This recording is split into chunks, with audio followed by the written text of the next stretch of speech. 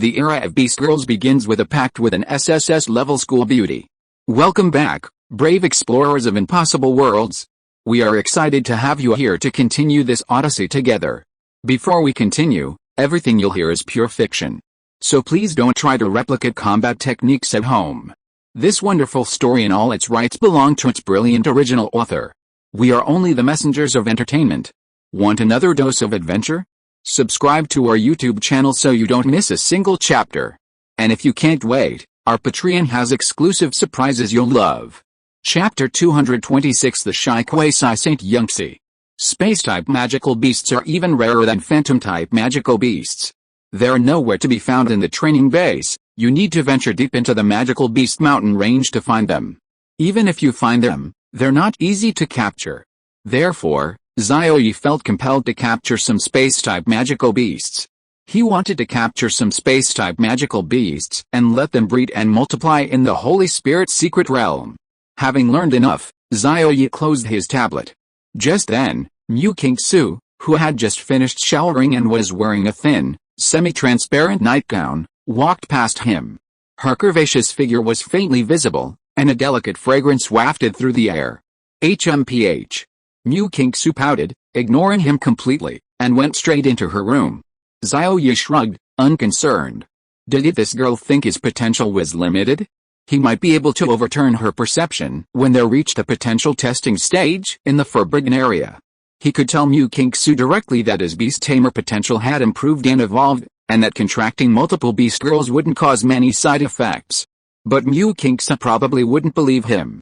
The next day, Xiao Ye returned to Kunpeng Academy, but instead of going directly to Villa number 10 in the 3-character Lakeside Villa District, he went to Villa number 1 in the 1-character Lakeside Villa District, where Dean Yangxi resided.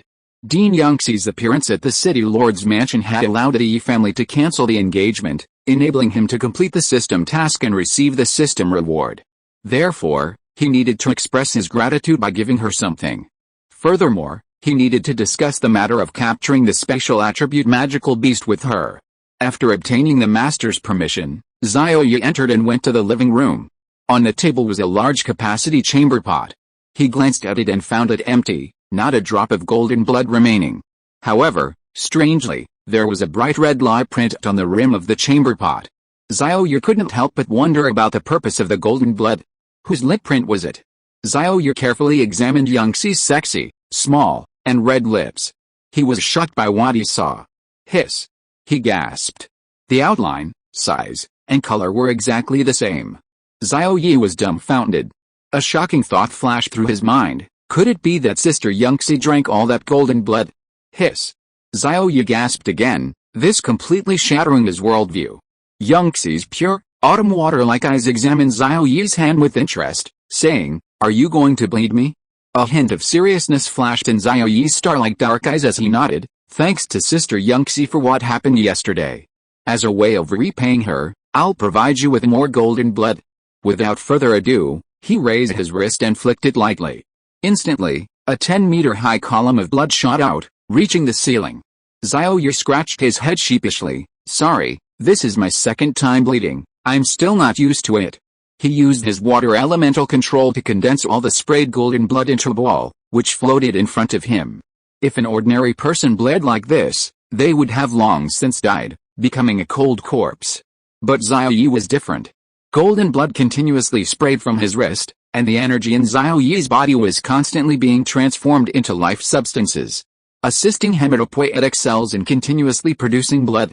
With a combination of production and release, the speed of blood release could not keep up with the speed of blood production in his body. Life and death control, control of life factors and destruction factors, a talent skill inherited from the mythical level life and death sovereign, the Nine-Tailed Celestial Fox. This time, Xiao Ye was very generous, releasing nearly 20 liters of golden blood before stopping. Looking at the radiant golden blood, Yunzai's delicate body stirred restlessly, as if every cell in her body exuded a yearning emotion. 20 liters, 4 times the 5 liters from last time. A full 4 times. Last time, the 5 liters of golden blood increased her spatial body's condensation progress by 15%, reaching 20%. To what extent could 20 liters of golden blood condense her spatial body? Could it allow her to condense it completely, reaching a 100% perfect special body, and then naturally step into the Saint Realm? The Saint Realm. Currently, the ceiling of combat power on Blue Star, the pinnacle of strength. Thinking this, Dean Yunzai's usually indifferent beautiful eyes became extremely eager. Xiao Ye was startled by Yunzai's direct, hungry gaze, and he became even more suspicious of the purpose of this golden blood. He said warily, 20 liters is enough, I can't bleed any more. Sister Yangxi, this is enough for your research, right? He emphasized the word research, his eyes scrutinizing Dean Yangxi's expression. Ah! Yangxi snapped out of her daze, her exquisitely beautiful face filled with excitement. Enough. She didn't realize the hidden meaning in Xiao Ye's words. Xiao Ye picked up the 5-liter large-capacity urinal and said, Sister Yangxi, I still have a use for this urinal. Do you mind if I take it back? Dean Yangxi waved her hand, indicating she didn't mind. Huh? Xiao Ye, holding the large-capacity urinal, pretended to accidentally see the rosy lip print. What's this? It looks a bit like a lipstick mark. How come there's a lip print on the urinal? This lip print looks just like Sister Yangxi's. And the lip print is right on the rim of the urinal. This makes me very suspicious. Sister Yangxi, could it be that you're going to drink this golden blood? It's not for research at all, research is just an excuse. Yangxi, caught up in her excitement, paused upon hearing this, her beautiful eyes turning towards him. She saw Xiao Ye's half-smiling face, his eyes filled with a playful glint. Yangxi froze, her pretty face instantly turning bright red. Her bizarre act had been discovered. Especially since it was discovered by the very person in question, she felt incredibly embarrassed. Seeing the quasi-saint's shy and embarrassed demeanor, Xiao Ye found Dean Yangxi incredibly cute and beautiful, and thus decided to tease her. Sister Yangxi, if you want to drink, just drink. You don't need to use research as an excuse, but you did. Does our ice-cold goddess Dean feel shy? Yangxi glared at him, her eyes flashing with a sharp light, and denied it, her face flushed. Lipstick mark? What lipstick mark? I don't know what you're talking about. I'm using the golden blood for research. Besides, who would drink from a chamber pot? That's perverted. She was one step ahead of him, directly denying it. Xiao Ye's lips twitched. He glanced at the rim of the chamber pot, the red lip print had completely vanished, as if it had never been there. HMPH. Yunzai snatched the chamber pot, putting it in a large clump of golden blood away. I'll use this chamber pot myself, I urinate a lot anyway. If you need another one, go find one. Now there was no physical evidence left. Xiao Ye's lips twitched again. Well, Dean Yunzai truly lived up to her reputation as a quasi-saint, she was beyond his current control. But, even quasi-saints needed to urinate? Xiao Ye shook his head, dispelling his distracting thoughts. Then, he explained the matter of the special attribute magical beast in the Mew family's forbidden area, hoping the Dean could provide assistance in capturing it. Chapter 227 The Capture Plan. Within the Mew family's forbidden area, numerous special attribute magical beasts exist, but these beasts possess numerous escape methods, making them extremely difficult to capture. Yangxi's delicate face still retained a trace of blush, and she harbored a slight resentment, blaming Xiao Ye for exposing her sordid affair. HMPH. You're so good at seducing women. It hasn't even been a month since Yun Bing went to the chaotic space, and you're already getting another beast girl. You're so capable, how could a mere special type magical beast stump you? As the Mew family's son-in-law, why don't you just ask them for some? It's just a few special type magical beasts, the Mew family won't be so stingy. Xiao Ye's expression froze for a moment, then he probed, what if I wanted 200 or 300? I want to raise a small herd of special type magical beasts in the Holy Spirit's secret realm. 200 or 300? How could such a thing come out of your mouth? Yangxi's beautiful eyes widened in surprise. You want to capture all these kinds of magical beasts for the Mew family?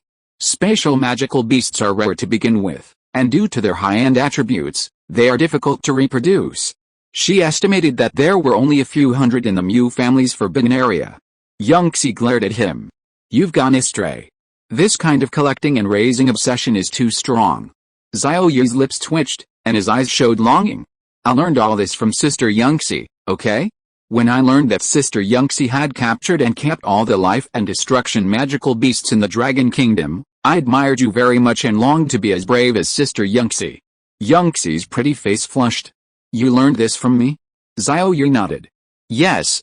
Xie's pretty face turned red. She had actually led Xiao Ye astray. If Yunbing knew this, wouldn't she be furious with her? That's right. Xie has a great collecting obsession. She loves collecting things and rare magical beasts. Not only that, she also has a deep-seated hobby of raising magical beast groups and raising Xiao Ye, among other things. Ahem. Her eyes gleamed with excitement as she said, "Alright, since it's your request, I'll reluctantly agree and we'll capture special attribute magical beasts together." Xiao Ye smiled. "So, what's Xie's plan?" Xie pulled an item from her clothes and handed it to him, her face beaming with excitement. "This is a positioning and boundary breaking item. When you enter the forbidden area, I'll use this item to find the special node of the Mu family's forbidden area dimensional secret realm from the back of the space. Once you enter the forbidden area, just crush the item. Then, I'll descend into the secret realm and capture the special type magical beasts within." Generally, private dimensional space secret realms have self-protection mechanisms.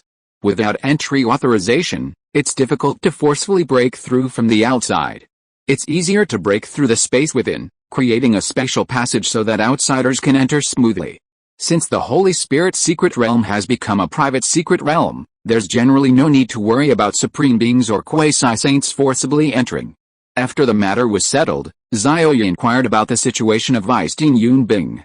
Vistein Yunxi, who looks exactly like Xie but has a completely opposite personality, is a stunningly beautiful, hot-tempered, and curvaceous woman. Ever since Xiao Ye told her that she needed 2 special rule fragments to repair her template, Yunbing went to the chaotic space to seek opportunities and condense special rule fragments. Xie squinted at Xiao Ye and retorted, "You still remember Yunbing, kid? These days you're surrounded by beauties, I thought you'd forgotten her." Xiao Ye said righteously, "She's my mentor, my benefactor, I could never forget her." Xie looked puzzled. "Mentor? You treat her as your mentor, but she's lusting after your body and wants to form a contract with you." She pondered for a moment, then said, "Yunbing is a high-level supreme, at the 9th star of the supreme realm. I predict that if she stays in the chaotic space for about 150 years, she has a chance to condense a special rule fragment crystal. If she fails the first time and doesn't succeed, she can try again in another 150 years. She tapped her slender white finger, she will return in 300 years. Xiao Ye was dumbfounded, exclaiming, 300 years? Yunzai didn't seem to care, saying casually, "Yes, 300 years. That's a blink of an eye, it'll pass quickly. You'll be able to meet again soon." Xiao Ye's lips twitched. "You described hundreds of years as passing in the blink of an eye? Only you could say something like that. In 300 years, he'd probably be traversing the universe, having achieved the highest level. But Yunbing was still there condensing a special fragment crystal. And there was even a possibility of failure, requiring another 150 years.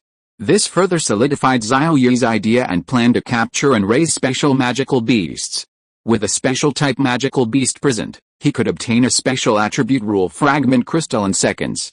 Why would Yunbing need to spend 150 years to condense it? Xiao Ye decided that after successfully capturing the special type magical beast, he would ask Yunzai to bring Yunbing back. He would offer his mentor 2 special attribute rule fragment crystals for free. PFFT. Suddenly, Xiao Ye's aura surged, stirring up waves of wind around him, causing Yunzai's hair to flutter and revealing her white neck. A cup on the table was blown over and smashed to the ground. Venerable Realm, 4th star. A day passed, and the 3 cultivation maids, Nanguang Xiao, remained in cultivation, their insights and realm feedback directed to him, their contractor. Xiao Ye adjusted his aura, looked at the messy living room caused by the wind, and scratched his head apologetically, saying, well, sorry, I accidentally broke through again. I really didn't mean to. Sister Yunzai, let me clean up for you." Yunzai's pretty face darkened. "Accidentally broken through again? Again? Only you can talk about breaking through your cultivation level so casually and easily. Even she's jealous of such rare talent. Go, go, go. We'll proceed according to plan. You can go now." Xie waved her right hand, teleporting Xiao Ye outside the villa. Then, with another wave, she mobilized special power, instantly restoring the messy living room to normal, everything back in its place. After storing the positioning and boundary breaking item, Xiao Ye left, returning to Villa number 10 in the 3-character Lakeside Villa district. Xie then took out a ball of golden blood and used special compression to compress it into a single drop of extremely dense, radiant golden liquid. Ugh! She tried to swallow it. However, the golden blood exploded in her mouth. The immense impact almost causing Xie to spit it out. Hiss! She was shocked. The power of the mysterious factors contained in this golden blood was too strong. It could automatically release her special compression, returning to its natural state. Having finally swallowed every last drop of the golden blood, Xie sat cross-legged on the sofa, eyes closed, and began to transform her physical body into a special form. Could 20 liters of golden blood allow her to reach the saint realm? Chapter 228. The trial begins. The altar's limits. Endless special power was drawn from the void and absorbed by Xie, merging into her internal organs, limbs, and countless cells. Every cell in her body stirred, and the thrill of becoming stronger filled her with immense pleasure. At this moment, her life form was transforming from a human body into a special body. Boom! Boom! Countless tiny special cracks formed around her. As the special power in the void was absorbed, the radiating range continued to expand, making the entire Kunpeng Academy, and even the entire Magic City Academy, more fragile. This fragility led to a thinning of special density, making the Magic City Academy seem to expand slightly. Xie's special body transformation progress was also gradually increasing. 20%, 21%, 22%, 23%. Meanwhile, Xiao Ye headed towards the number 3 Lakeside Villa district. On the way, he encountered most of the top students from Kunpeng Academy. Regardless of whether they were freshmen, sophomores, juniors, or seniors, male or female, they all stopped to greet him with admiration and longing. Not only students, but also teachers, teaching assistants, the dean of students, and even the cleaning lady seemed to know him, greeting him warmly. Xiao Ye was completely bewildered, feeling very strange. When did he become so famous?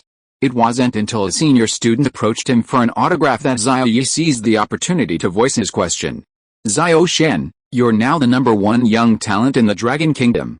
Our academy is going crazy for you. How is it going, Xiao Shen? How does it feel to be number 1? Isn't it great? Xiao Ye suddenly understood. After signing his name in extremely messy handwriting, Xiao Ye left. The senior student was dumbfounded. 2 lines, was that supposed to be an autograph?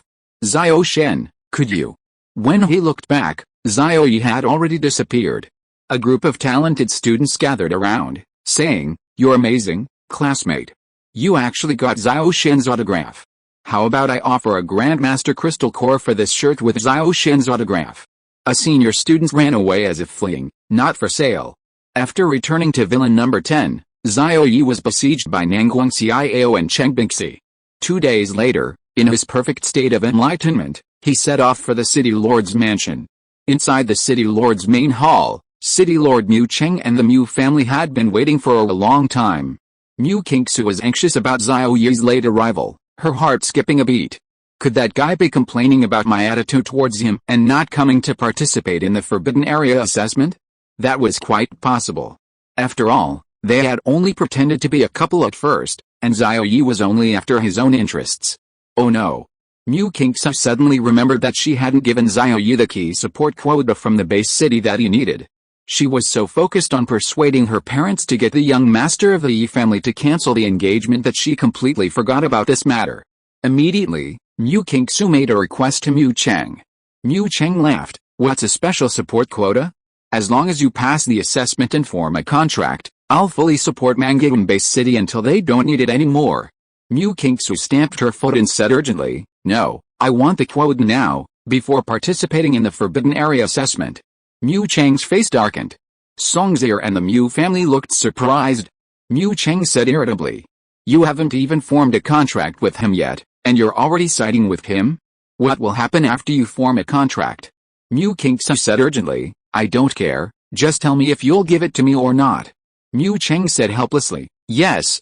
"Then issue a notice now." "Huh? Zuir, are you too infatuated?" Mu Cheng's eyes widened. Songzir covered her mouth and laughed. The deeper the infatuation, the better the relationship between the two. Mu Cheng, hurry up and get it done. The rest of the Mu family watched this scene with smiles but said nothing. Half an hour later, Xiao Ye arrived late. As soon as he entered the City Lord's hall, A beautiful figure exuding a faint fragrance rushed towards him. He was bumped into. "You bastard, I thought you weren't coming." A pleasant female voice came from his arms. Xiao Ye gently stroked her head like he was soothing a kitten, and asked in surprise, "You're only a few minutes late, why are you in such a hurry? Or do you really want to form a contract with me?" Mu Qingxu reacted and angrily pushed him away. Then, under Mu Chang's arrangement, everyone entered a special passage. This was the Mu family's private secret realm, which was also the location of the Forbidden Area assessment. The sky was blue, the air was fresh, and the sun was shining brightly. Everyone was next to a huge altar. The ancient altar exuded an ancient and vicissitudes aura, and one could feel its historical significance at a glance. Xiao Ye secretly took out and crushed the special breaking artifact. Since no one was on guard against him, this action went unnoticed. A beam of special light entered the void, automatically finding the weak point in the vast secret realm space, and then suddenly exploded, creating a tiny special rift invisible to the naked eye. The energy of the special light hadn't completely dissipated, maintaining the existence of the tiny rift. In a fragrant wooden house at the center of the secret realm, a silver-haired old man leisurely humming a tune on a recliner opened his eyes, a flash of brilliance in them. He completely concealed his aura, yet every movement he made exuded a terrifying aura. The silver-haired old man's lips curled into a smile. Interesting, someone actually dares to covet the Dark Night realm.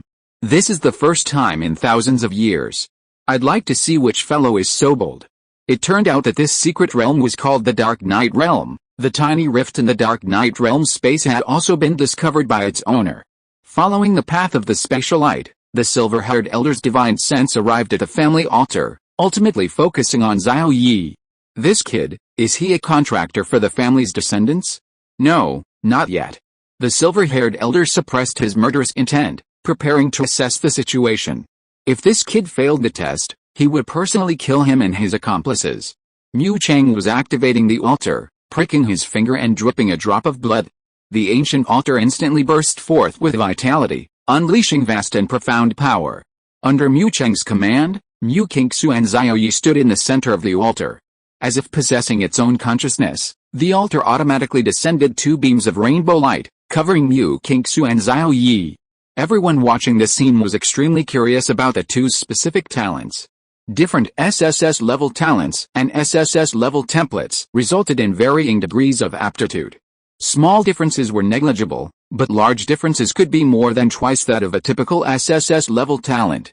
As the test proceeded, the silver-haired old man's expression changed, and the entire altar inexplicably trembled, as if it had reached its limit and was about to collapse.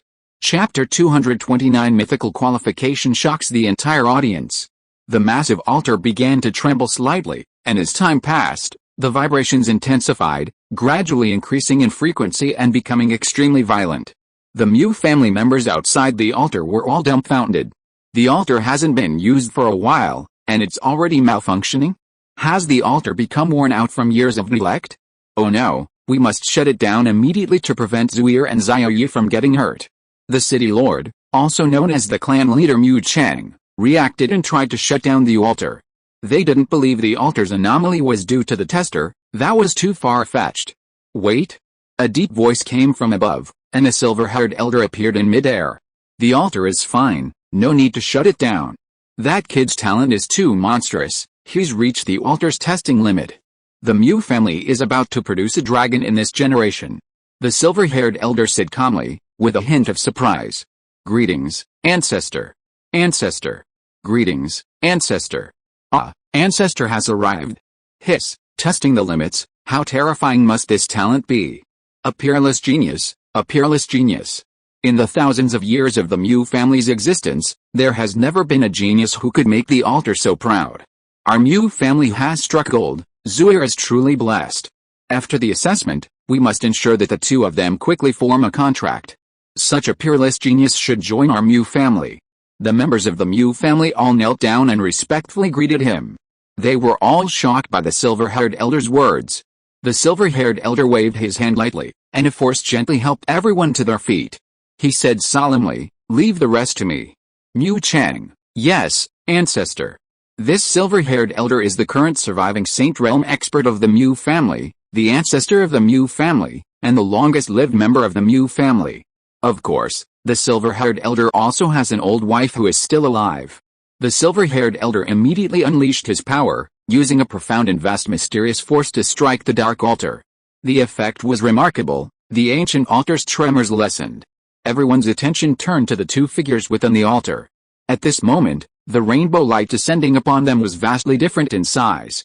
The rainbow light pillar surrounding Mu Kingsu is 10 meters in diameter, while the one surrounding Xiao Ye astonishingly reached 100 meters, almost leaping off the altar.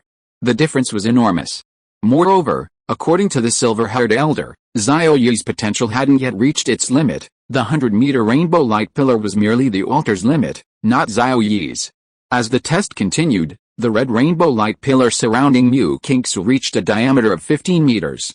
The rainbow light pillar surrounding Xiao Ye remained the same size as the altar, 100 meters in diameter, but its color changed from red to gold, then from gold to purple. The purple intensified, reaching a deep purple. This enormous phenomenon sent a chill down everyone's spine, causing them to gasp. The silver-haired elder trembled violently. He had already pushed the altar's potential to its limits, and further testing would not reveal the young man's full potential.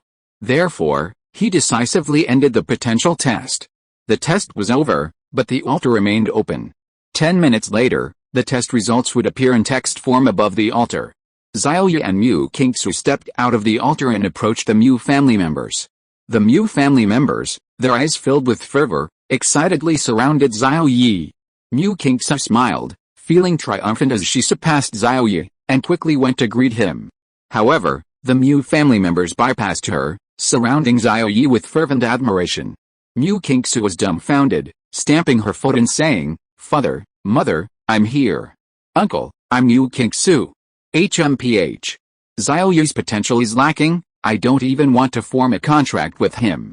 Xiao Ye wondered why everyone was acting this way. A crowd gathered around, each saying happily, "Xiao Ye, well done. It's a blessing for the Mu family to have a young talent like you. Yes, just ask for whatever you want, and the Mu family will definitely satisfy you. Xiao Ye, when will you come over for tea with your uncle?" "Xiao Ye, Mu Cheng and I were right, you are indeed worthy of Zuir's trust." Xiao Ye was surrounded by people, while Mu Kingsu was surrounded by a cold, quiet crowd, which made her feel uneasy. She also went closer to see what was going on. But the uncles and aunts' words were all praise and affection, she couldn't understand what they meant. HMPH. Anyway, this guy and I are just partners, not real lovers. What does it matter? We'll break the contract once we reach the great venerable realm. He wants me to do that with his 3 beast girls? Absolutely not. I'm one beast girl, well, no, I don't want to be dumped by him. 10 minutes passed quickly. The test results were in. Above the altar, a huge energy screen appeared, displaying the test results for both of them. Mu Kingsu looked over, her first result being her own, SSS level time candle dragon template, age 20 years, 8 months, 14 days, realm, peak grandmaster realm, innate potential, superior SSS level, template attribute, time attribute. SSS level templates are further subdivided by aptitude. They are divided into lower, middle, upper, and top tier, etc. Superior SSS level aptitude would rank in the top 10 within the Mu family. Mu Kingsu smiled, a very bright smile. Superior SSS level. She knew her aptitude was exceptional, second to none. The reason her cultivation speed was slower than Xiao Ye's was simply because she hadn't formed a contract. The cultivation speed in human form was slower than that of a summoned beast. But then, gasps of astonishment and disbelief rippled through the crowd. Holy crap! Mythical level Beast Tamer aptitude? Does such a level even exist? My goodness, I'm completely stunned. This aptitude is heaven-defying. A peerless prodigy, an absolute once-in-a-millennium genius. Hey, why isn't Xiao Ye's specific level within the mythical category displayed? Hiss. Could it be that the altar is faulty and can't detect it? The Mu family was stunned by the test results. Even the silver-haired elder's eyes widened. He rubbed his eyes, thinking he was seeing things, but the result was still the same, mythical. He was shocked. In this era of beast girls, mythical level aptitude was extinct, yet it had appeared in this kid. The Mu family has truly produced a dragon. The silver-haired elder looked at Xiao Ye as if he were his precious grandson, growing more and more fond and delighted with each glance. Mythical level? Mu Kingsu was stunned.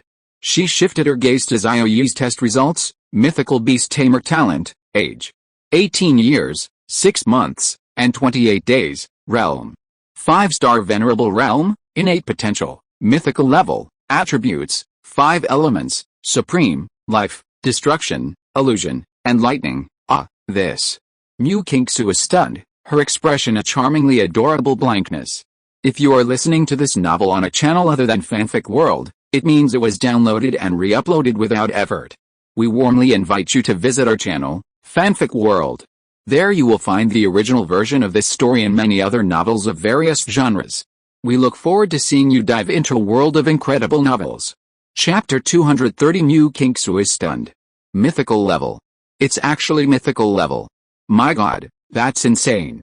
In ancient times, there wasn't a single beast tamer with mythical level aptitude and talent ever publicly known. Mythical level existed only in legends. It's said that mythical level individuals are chosen ones, the chosen ones of this universe, favored by heaven and earth, and blessed by the laws of the universe. If even one mythical level individual is born, then humanity will rise to the forefront of the universe, able to contend with the cosmic overlords. Mythical level aptitude is, of course, incomparable to SSS level. The two are not even on the same level, the difference is tens or even hundreds of times. No one knows the exact difference because no one has ever awakened a mythical level template or beast tamer on Blue Star. That bastard, why didn't he tell me sooner? I had to mock him several times because of this. It's so embarrassing. Mu Kingsu recalled how she had mocked Xiao Ye to his face time and time again, saying that he had no future and that he would break the contract once he reached the great venerable realm. Her cheeks flushed, her pretty face turning bright red. The side effects of contracting multiple beast girls had absolutely no effect on Xiao Ye. With his talent and aptitude dozens, even hundreds of times higher than SSS level, even if the talent was divided equally, he would still crush SSS level. Mu Kingsu also noticed that Xiao Ye's attributes were extremely abnormal. Attributes: 5 elements, supreme, life, destruction, illusion, thunder. Normally, it's already abnormal for someone to have 2 attributes, but Xiao Ye had 10. The 5 elements, metal, wood, water, fire, and earth, are very common attributes, but they only appear in one of others, yet he had them all. Besides the 5 elements, the other 5 attributes were also extremely rare.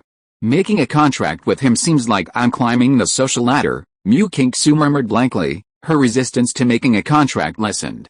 Faced with everyone's praise and compliments, Xiao Ye's face beamed with a smile as bright as the sun. Then he asked, Uncle Mu, have we passed the first test? Mu Chang laughed heartily, of course. But. Xiao Ye was taken aback, but what?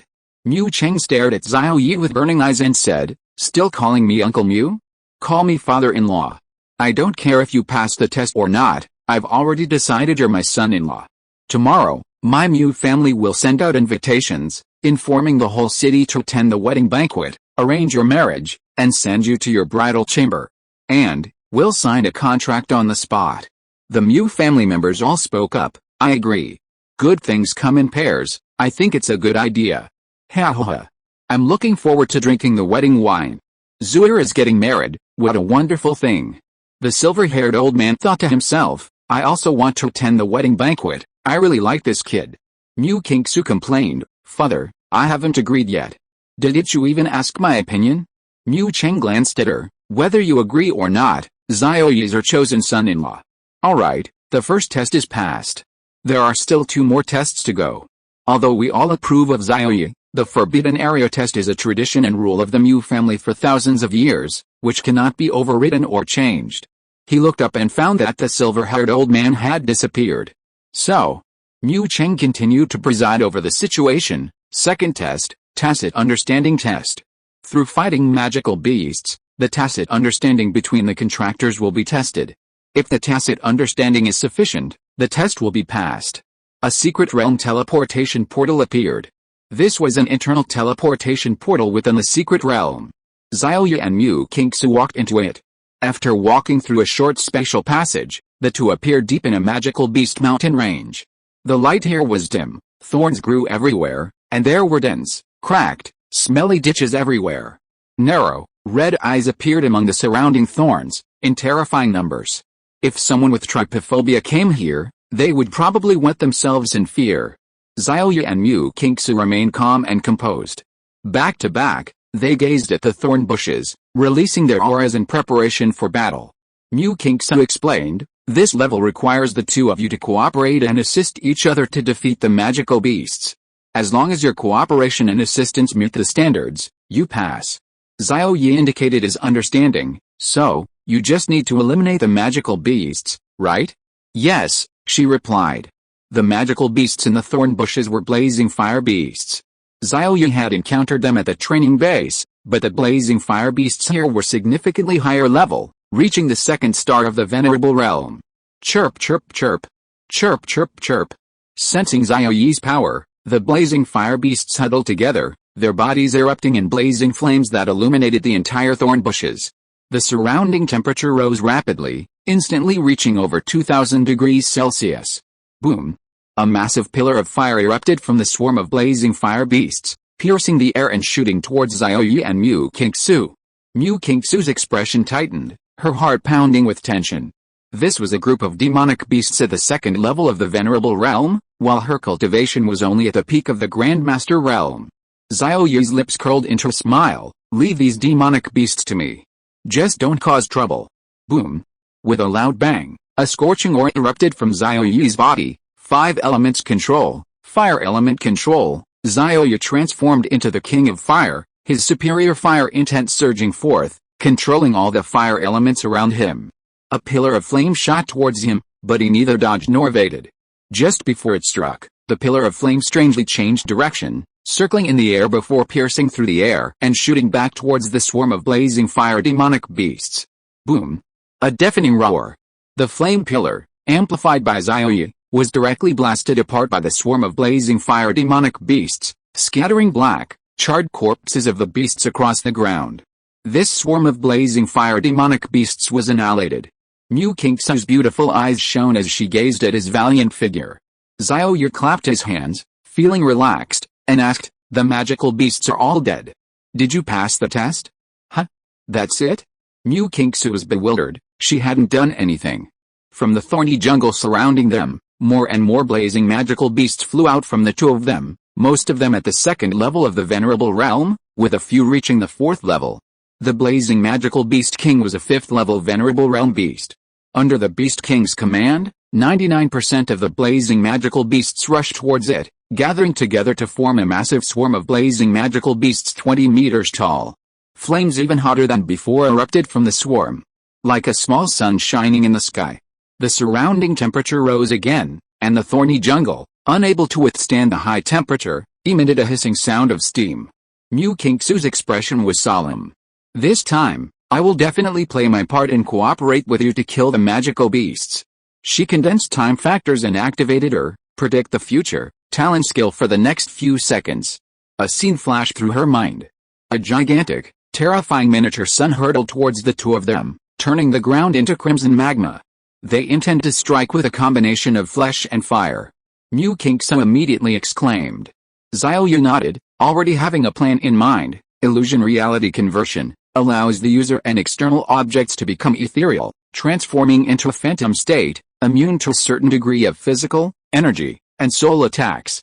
Chapter 231. The tacit understanding test is passed, but young Xie is stuck. Mu Qingsu's beautiful eyes were filled with anticipation. How would Xiao Ye react? What innate skill would he use? She had never seen Xiao Ye use an innate skill in the previous close quarters combat. This time, she was determined to witness it and satisfy her overwhelming curiosity. Xiao Ye activated his illusion reality conversion innate skill. In an instant, Xiao Ye and Mu Qingsu's bodies became transparent, ethereal, and finally completely disappeared, transforming into a phantom state. A phantom is intangible, invisible to the naked eye, and imperceptible to divine sense. The highest level of the blazing fire beast was only Beast King, and even then, it was only a 5th-star venerable realm. Moreover, the blazing fire beast's fire attribute innate skill was inferior in rank to the illusion reality conversion, inherited from the mythical level template. With a whoosh, the blazing mini-sun, carrying immense impact and explosive force, crashed into nothingness, piercing the soil and creating a large crater. The blazing fire beast horde was completely bewildered. Where were they? After pulling its head out of the ground, it darted around frantically, searching everywhere, but still couldn't find any human figures. It was as if it had vanished into thin air, completely disappeared. Mu Qingsu's beautiful eyes widened in surprise, her sexy, rosy lips gaping open in an O shape. Wait, aren't we right here? Are you blind? Can see? Mu Qingsu walked over and waved her hand in front of the swarm of fiery beasts, finding that they really couldn't see her. Then she reached out her delicate white hand to touch the fiery beasts, only to find nothing there, as if it were a transparent solid, touching nothing at all. Ah, this. Mu Qingsu was shocked. This talent skill is too monstrous. Just like the phantom spirits in the underground crystal mine, invisible and intangible. It's practically cheating. How can anyone else compare? Despite her shock, she didn't forget the test and activated her predict the future talent skill again. Prophecy predicts future events, while forecasting knows in advance what will happen in the next few seconds. The length of time differs, and the time factor energy consumed also differs. A scene appeared in her mind. Under the Beast King's command, the swarm of blazing fire beasts would feign disintegration to lure them out. Immediately, Mu Qingsu informed Xiao Ye of the prediction.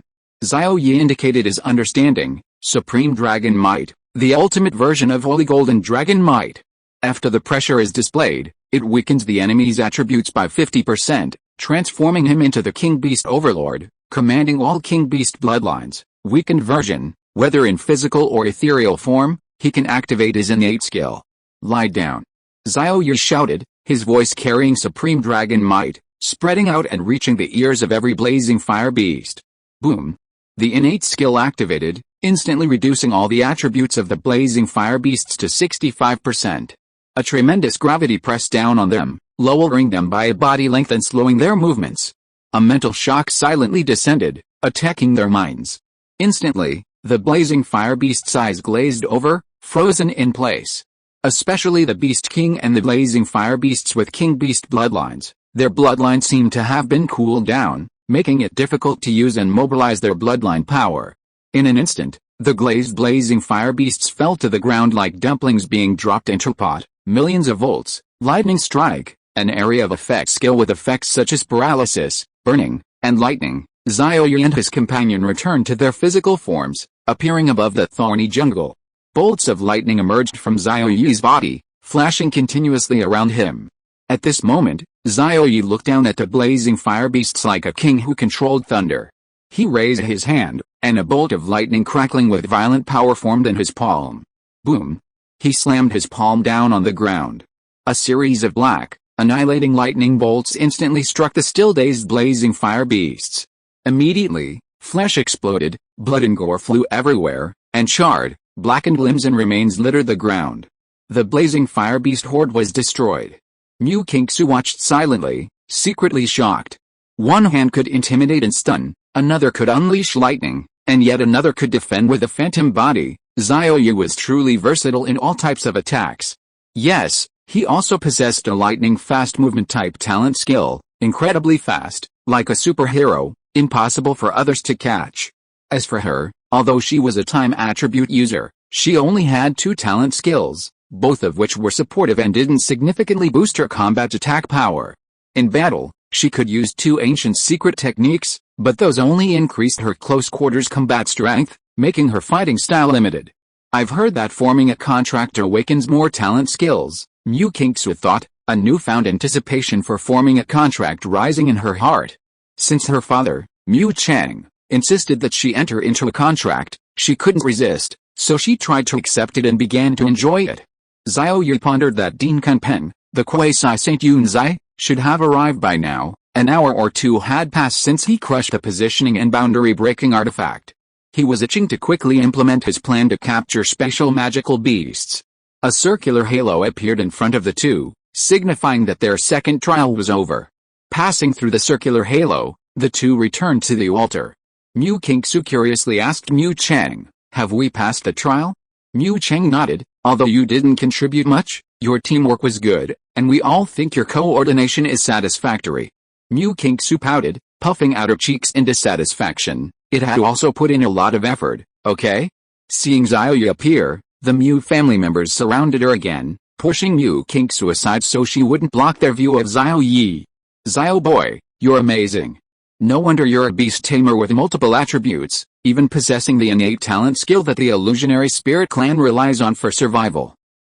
That palm lightning strike was so cool, it blasted the blazing fire beast to smithereens. Brother-in-law, how did you manage to win over my sister? Can you teach me some dating tips? The older generation of the Mu family were all high-level or even top-level great venerables, their divine senses capable of covering hundreds of kilometers around them, and they witnessed everything that happened in the thorn forest. The surroundings were deserted, and Mu Mengxuan was speechless. Xiao Ye smiled, indicating that he hadn't pursued Mu Mengxuan. Their relationship had naturally blossomed. Next, Mu Cheng continued to oversee the situation. Third challenge, Combat Strength Challenge, testing the limits of both individuals' combat strength. Human Wave Tactics, last 1 hour to pass, a circular halo passage appeared, and Xiao Ye and Mu Mengxuan entered. Meanwhile, in a weak point of the Dark Realm space, at a tiny spatial rift, a pair of slender white hands widened it to a size large enough for a person to squeeze through. A stunningly beautiful mature woman in a bulky white robe crawled inside. But halfway through, the spatial rift rebounded, its diameter shrinking, and she got stuck. Stuck at her slender waist. Ugh! Xie's pretty face was full of bewilderment. Her former self was inside the realm, but her drumstick was still outside.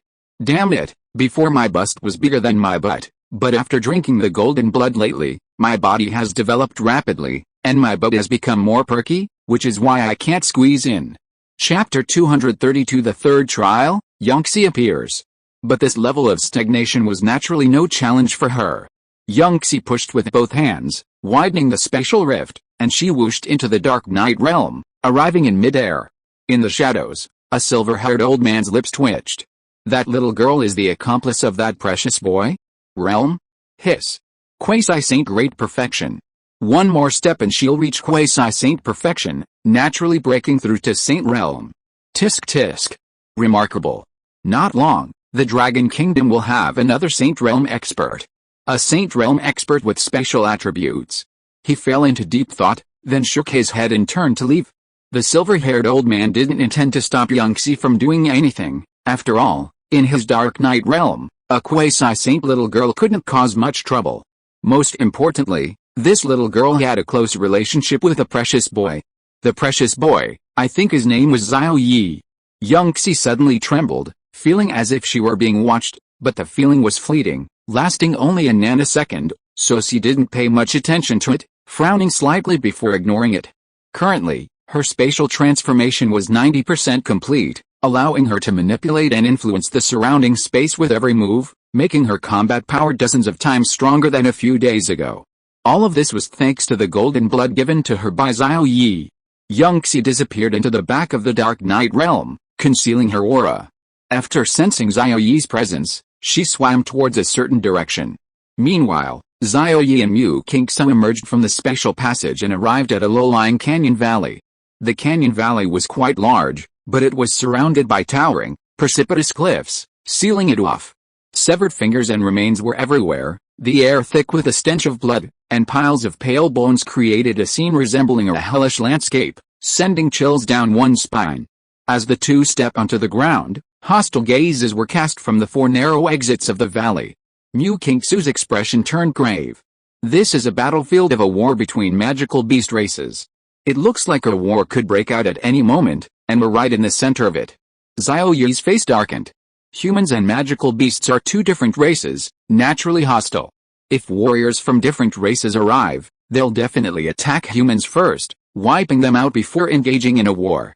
Placing them in the center of the battlefield is meant to make them rise up and fight all different types of magical beasts. Future prediction, innate skill activated. Images flashed through Mu Mengxuan's mind. 4 different types of magical beasts, space type, phantom type, ice attribute, and light attribute, will enter the valley battlefield for a war. Upon discovering these 4 types of magical beasts launched a coordinated attack, a barrage of attacks, spatial slash, phantom ray, absolute freeze, solar flare. These were mainly the innate skills surrounding them. The 4 types of magical beasts were between the 1st and 8th stars of the venerable realm, with most being at the 5th star. Mu Qingsu, her face tense, explained the situation to Xiao Ye in detail. Xiao Ye said he understood and patted her soft skin to reassure her. Mu Qingsu's eyes widened. Even at a time like this, you still haven't forgotten to take advantage? You're asking for it? Xiao Ye asked curiously. So, when the time is right, I can touch you however I want. Mu Qingsu, like a little hedgehog, retorted, you wish. You can't touch me any time. Tisk. Xiao Ye sized her up, thinking to himself, after the contract is formed, it's like getting a marriage certificate. In the Beast Girl era, there's no such thing as marital rape or harassment. At that time, whatever I do will be perfectly legitimate, and your resistance will be useless. Suddenly, a noise came from the narrow entrance, the air vibrated, and a solemn killing intent quietly arrived. Xiao Ye's expression hardened, and he slapped Mu Qingsu. Mu Qingsu didn't even dodge, but instead smiled and puffed out her already flat chest. Thunder roared, and lightning appeared. Crack! A transparent body was struck by Xiao Ye and exploded with a bang. A second later, the illusory spirit beast, its form blackened by the thunder, appeared on the ground, its eyes lifeless, its internal organs shattered, and it was dead. Xiao Ye clapped his hands. A second-level venerable realm illusory spirit beast, daring to be presumptuous in front of me. Mu Qingsu smiled. She had already seen this scene through, predicting the future, so she didn't even try to dodge. This illusory spirit beast was clearly going to attack her. Its illusory form was simply too monstrous, making it impossible to defend against, and there was no way to know how to defend against it. Fortunately, she had foresight. There are 4 more illusory spirit beasts, one to your side and above at 8 o'clock, one underground at 6 o'clock, 10 meters to your left, and one behind me. Mu Qingsu's mouth spoke rapidly like a machine gun. Venerable realm beasts were no match for her. She could only rely on Xiao Ye's combat power to deal with them. She was just a support. Xiao Ye possessed the phantom spirit control talent skill, granting him innate control over phantom spirit factors. In his vision, phantom spirit beasts in their ethereal state could not hide at all, directly exposed to his gaze. Phantom spirit control, control of phantom spirit factors, control of phantom spirit bloodlines, talent skill activated. This talent skill was inherited from a mythical level template, possessing an extremely higher rank. In the blink of an eye, all the surrounding phantom spirit factors were mobilized by Xiao Ye, including the phantom spirit factors and bloodlines within the phantom spirit beasts. Xiao Ye's figure flickered, rapidly moving between several locations. Crack! Crack! Crack! Crisp sounds rang out. The bloodlines of the 4 phantom spirit beasts were sealed, their phantom spirit energy imprisoned. In the blink of an eye, they were forced out of their ethereal state, returning to their physical state, landing upside down on the ground, mouths full of mud. Upon closer inspection, their eyes were lifeless, their breathing had stopped, and their hearts had stopped. Clearly, they were beyond saving.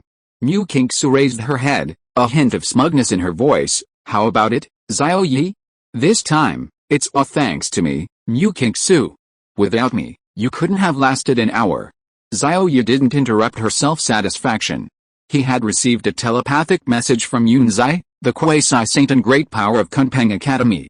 This kind of telepathic communication, separated by a layer of space, was extremely special, like a breath or a gentle caress in his ear, making it itch. Xiao Ye. At the northern exit of the canyon is a special type magical beast clan, numbering about 150. 200 kilometers to the north is the lair of special type magical beasts, numbering about 300. Use my access to the Holy Spirit secret realm. Seeing these little magical beasts, I can't wait. Oh, and the illusionary spirit, lightning, and ice-type magical beasts are also very rare. I'll take them all. Xiao Ye could hear the excitement in Yunzai's voice, and his lips twitched. You're trying to capture all the magical beasts here. He replied, show yourself. I can't find you and can't mark you. Young Xie slapped her forehead. She was currently behind the special barrier, so Xiao Ye naturally couldn't find her. Wait a moment. She appeared before Xiao Ye, saying, don't worry, only you can see me. The Mu family won't find me. Mu Qingsu raised her trembling hand. You, how are you here? I'm a member of the Mu family too, okay. Young Xie replied, you're Xiao Ye's beast girl, not a member of the Mu family. Mu Qingsu. Xiao Ye immediately marked her, granting her access to the Holy Spirit secret realm. But he wasn't sure if it was just his imagination, but he felt that beneath Yangxi's bulky white robe, her figure seemed even more shapely, the robe unable to conceal her alluring, devilish curves. Even more stunning than Yun Bing. Chapter 233 Mu Kingsu is jealous. You left in such a hurry last time, you didn't give me a massage yet. Remember to make it up to me when you get back today, Yangxi said. Xiao Ye, unusually, didn't haggle and immediately agreed, okay.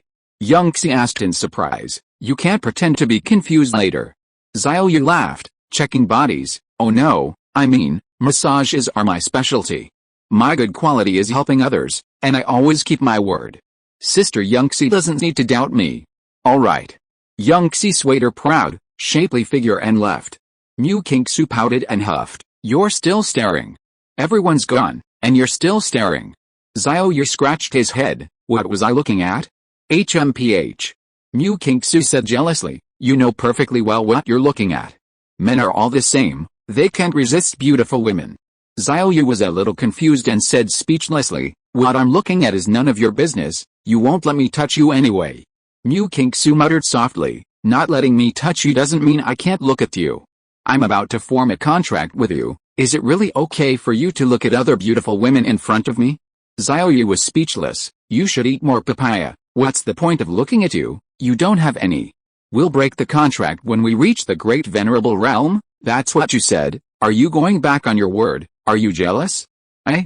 Mu Kingsu choked, thinking to herself, actually, it's fine if we never break the contract, I'm also very envious of your talent, after forming a contract, the cultivation speed of the summoned beast will definitely be as fast as a god. But the proud Mu Kingsu couldn't possibly say these words aloud, stubbornly declaring, I am Mu Kingsu, how could I go back on my word, how could I be jealous? The special distortion above disappeared, and Xiao Ye and Mu Kingsu reappeared in the minds of the Mu family members. However, outside the canyon, the special distortion above did not disappear, and the Mu family members could not see what was happening outside the canyon.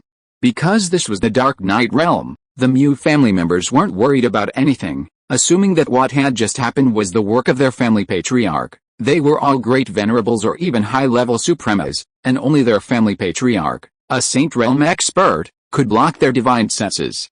Huh? Why haven't the demonic beasts launched their attack yet? There's no movement at all. More than 10 minutes have passed, there should have been a great battle in the canyon by now. Where are the demonic beasts? They haven't entered the canyon yet. Faced with everyone's questions, Mu Cheng said, it's alright, let's continue watching, the patriarch naturally has his reasons. But as they waited, everyone felt even more uneasy. Half an hour passed, and not a single demonic beast entered the canyon. At the scene, Mu Kingsu looked down at the ground and saw the back of her foot. As the saying goes, a beauty so beautiful that you can't see her toes when you look down is truly stunning.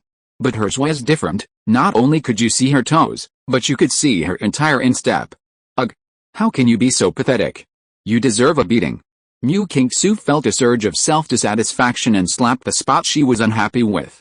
She took Xiao Ye's words to heart. Although she wouldn't admit it, she had already remembered the papaya incident and planned to eat papaya every day after returning home. After a while, she was determined to impress Xiao Ye.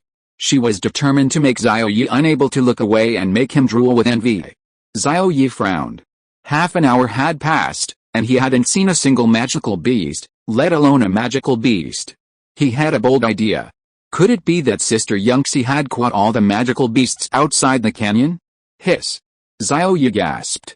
If you caught all the magical beasts, what about our assessment? Could it be that we could just stay here for an hour doing nothing and pass the assessment? Xiao Ye was about to ask Mu Kingsu when he saw her doing something that shocked him. Mu Kingsu actually patted her soft breasts twice, muttering something under her breath. Keywords included making him drool and looking at him with new respect. Xiao Ye suddenly jumped out from behind her, face to face, and said, Hey, what are you doing? What do you mean, making him drool? Who's drooling? We're taking the assessment, okay? Whatever plans you have, we'll do them after the assessment. Do you understand what's more important? The two stared at each other, and Mu Kingsu pushed him away with a shout, her pretty face slightly flushed. You're so close to me, are you trying to get yourself killed? Who's drooling? A deadbeat. HMPH. That deadbeat really is a deadbeat. Xiao Ye's eyes widened. Was he referring to him? Sigh, where's the magical beast? Why hasn't it arrived yet? She had been lost in thought for over half an hour before finally realizing it. Xiao Ye slapped his forehead, helplessly saying, if the magical beasts don't appear, and we just chat and joke around here for an hour, does that count as passing the test? Mu Qingsu shook her head. I don't know, maybe. She had lost all interest in the test and couldn't wait to return to the city lord's mansion. As for why she was going there, only she knew. Another half hour passed. 200 kilometers away from Xiao Ye, beside the altar. The Mu family members were getting impatient, constantly clamoring to go to the scene to check the situation. The clan leader, Mu Chang, who was trying to stop them, said, everyone, please calm down. An hour has passed, the test time is over, we can intervene now. Let's go. Mu Chang led the way, flying away with his shield, and the Mu family members followed one by one. In the low-lying canyon, the Mu family members appeared outside the canyon and were shocked to find that a large number of magical beasts at the exit had disappeared. South, north, east, west. The groups of magical beasts at all four exits had vanished. This was too strange, too wrong. Mu Cheng took out an ancient talisman, left a divine message within it, and then activated it. The talisman transformed into a shield of light and disappeared into the sky. Next, Mu Cheng said to the Mu family members, second brother, third brother, fourth sister, fifth brother, all of you go check out the monster's lair. I suspect this wasn't done by our ancestor. The Mu family members were shocked and asked warily, you mean, outsiders have invaded our Dark Night realm? The Dark Night realm was the Mu family's most important and core private dimensional secret realm, not only storing the family's wealth and resources but also housing the family's ancestor. Mu Cheng nodded, it's just a suspicion, not certain. You'll know once you check. Okay. Then we're going. Mu Cheng's brothers and sisters disappeared into the sky. Mu Cheng and Songzhe came to Xiao Ye and Mu Qingsu's side. Mu Qingsu asked, do we consider this a pass? Mu Cheng shook his head and said, not yet. Let's take another test later.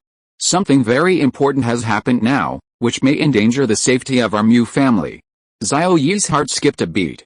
Mu Qingsu's gaze drifted towards Xiao Ye, seemingly unintentionally. Both of them simultaneously thought of Yunzai. SHH. Xiao Ye gestured for her to be quiet. Mu Qingsu hesitated, considering whether to tell on him. Soon, the older generation returned, their faces grave. The lair of the special type magical beasts is empty, all the magical beasts have vanished. The lair of the phantom type magical beasts is also empty, all the magical beasts have disappeared. The same goes for the lightning attribute magical beasts. The same goes for the ice attribute magical beasts. Chapter 234 Saint Realm Ancestor, the assessment counts.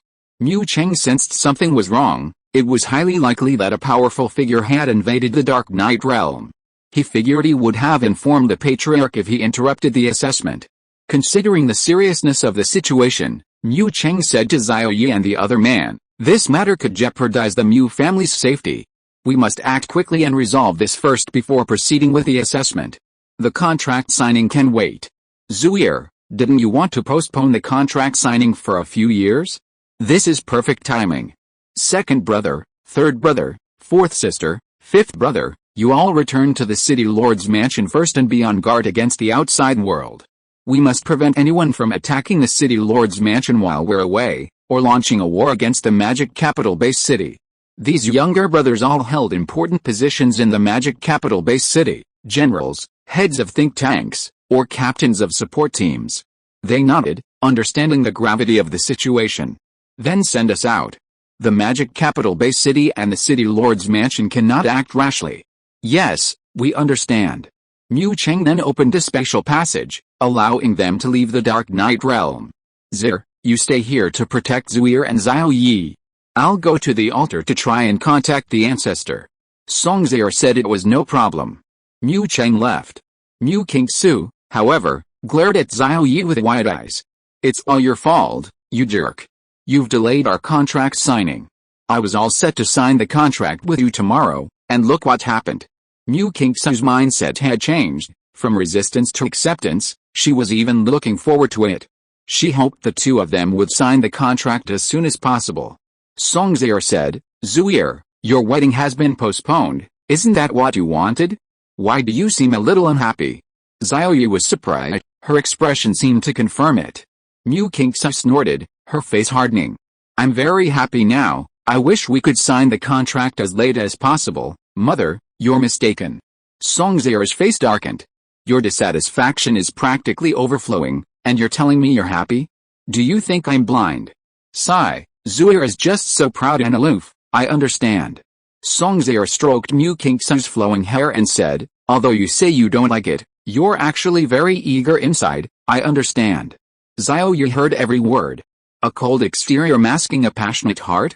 Xiao Ye stared at Mu Qingsu in astonishment, only to see her blushing face. Mu Qingsu stamped her foot and said angrily, Mother, what are you saying? I'm not eager at all. If you're going to say something, at least speak softly. That guy heard it all, it's so embarrassing. Oh. Xiao Ye was shocked. This girl, could she really want to form a contract with him? But their relationship was clearly one of cooperation, not genuine affection. Could this beautiful girl named Mu Qingsu really be trying to cling to him?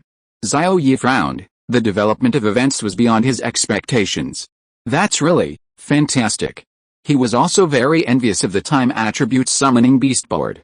Absolutely not, because I'm lusting after Mu Qingsu's body, absolutely not. Song Zier smiled gently at Xiao Ye. Xiao Ye, don't mind. Zuir is the #1 young prodigy in the Magic City base, and she's been spoiled by us since she was little, so she's developed a proud and arrogant personality. She really wants it, but she's very stubborn on the surface. I'll teach you a trick. If Zuir says no, you just assume she wants it. If Zuir says she wants it, then she wants it. Ahem. Xiao Ye said, Aunt Song, I understand. Ah. Mother, please stop. Exposed, Mu Qingsu, who cared about her image, felt incredibly embarrassed. Her face turned bright red, and she wished she could dig a hole and disappear. Xiao Ye walked over and patted Mu Qingsu's shoulder, saying casually, Shy?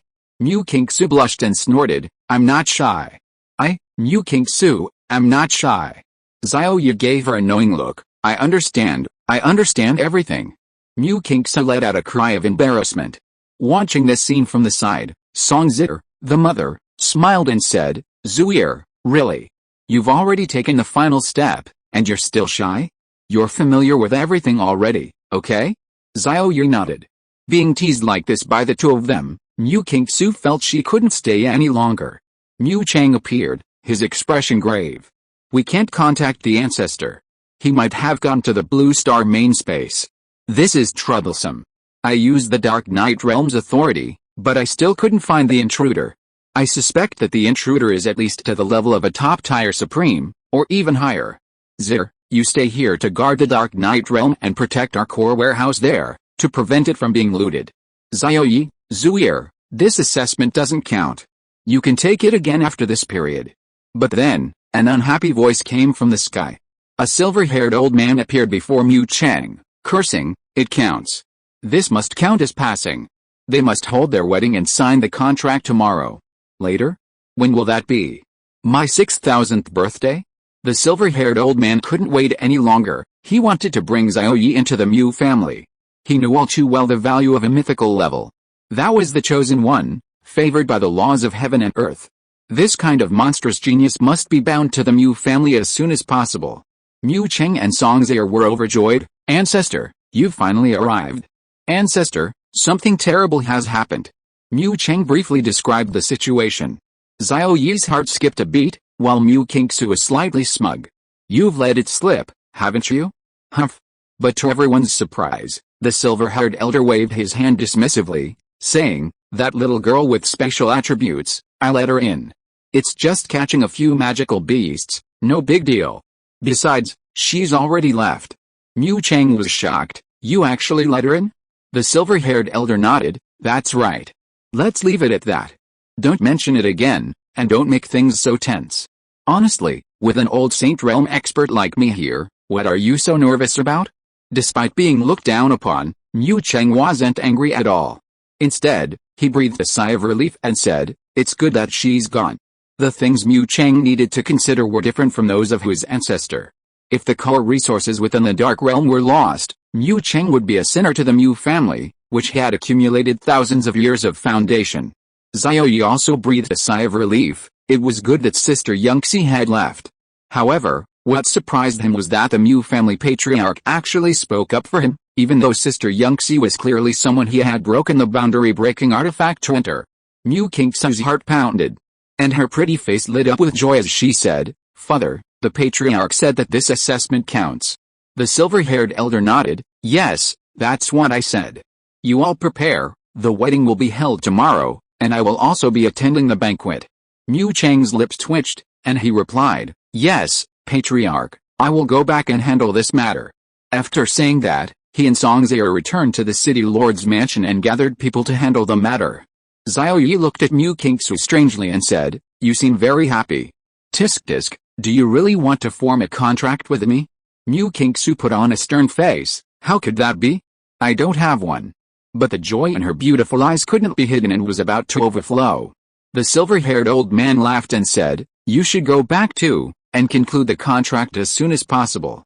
Chapter 235 If I don't let you touch it, you can look at it? Young man, I have high hopes for you. Don't worry, no matter what my great-great-great-granddaughter's attitude is, I will supervise you to sign the contract tomorrow and personally escort you to your bridal chamber. The silver-haired old man put his arm around Xiao Ye's shoulder, acting very familiar and friendly. "If you don't like my great-great-great-great-granddaughter, you can marry any other woman in my clan.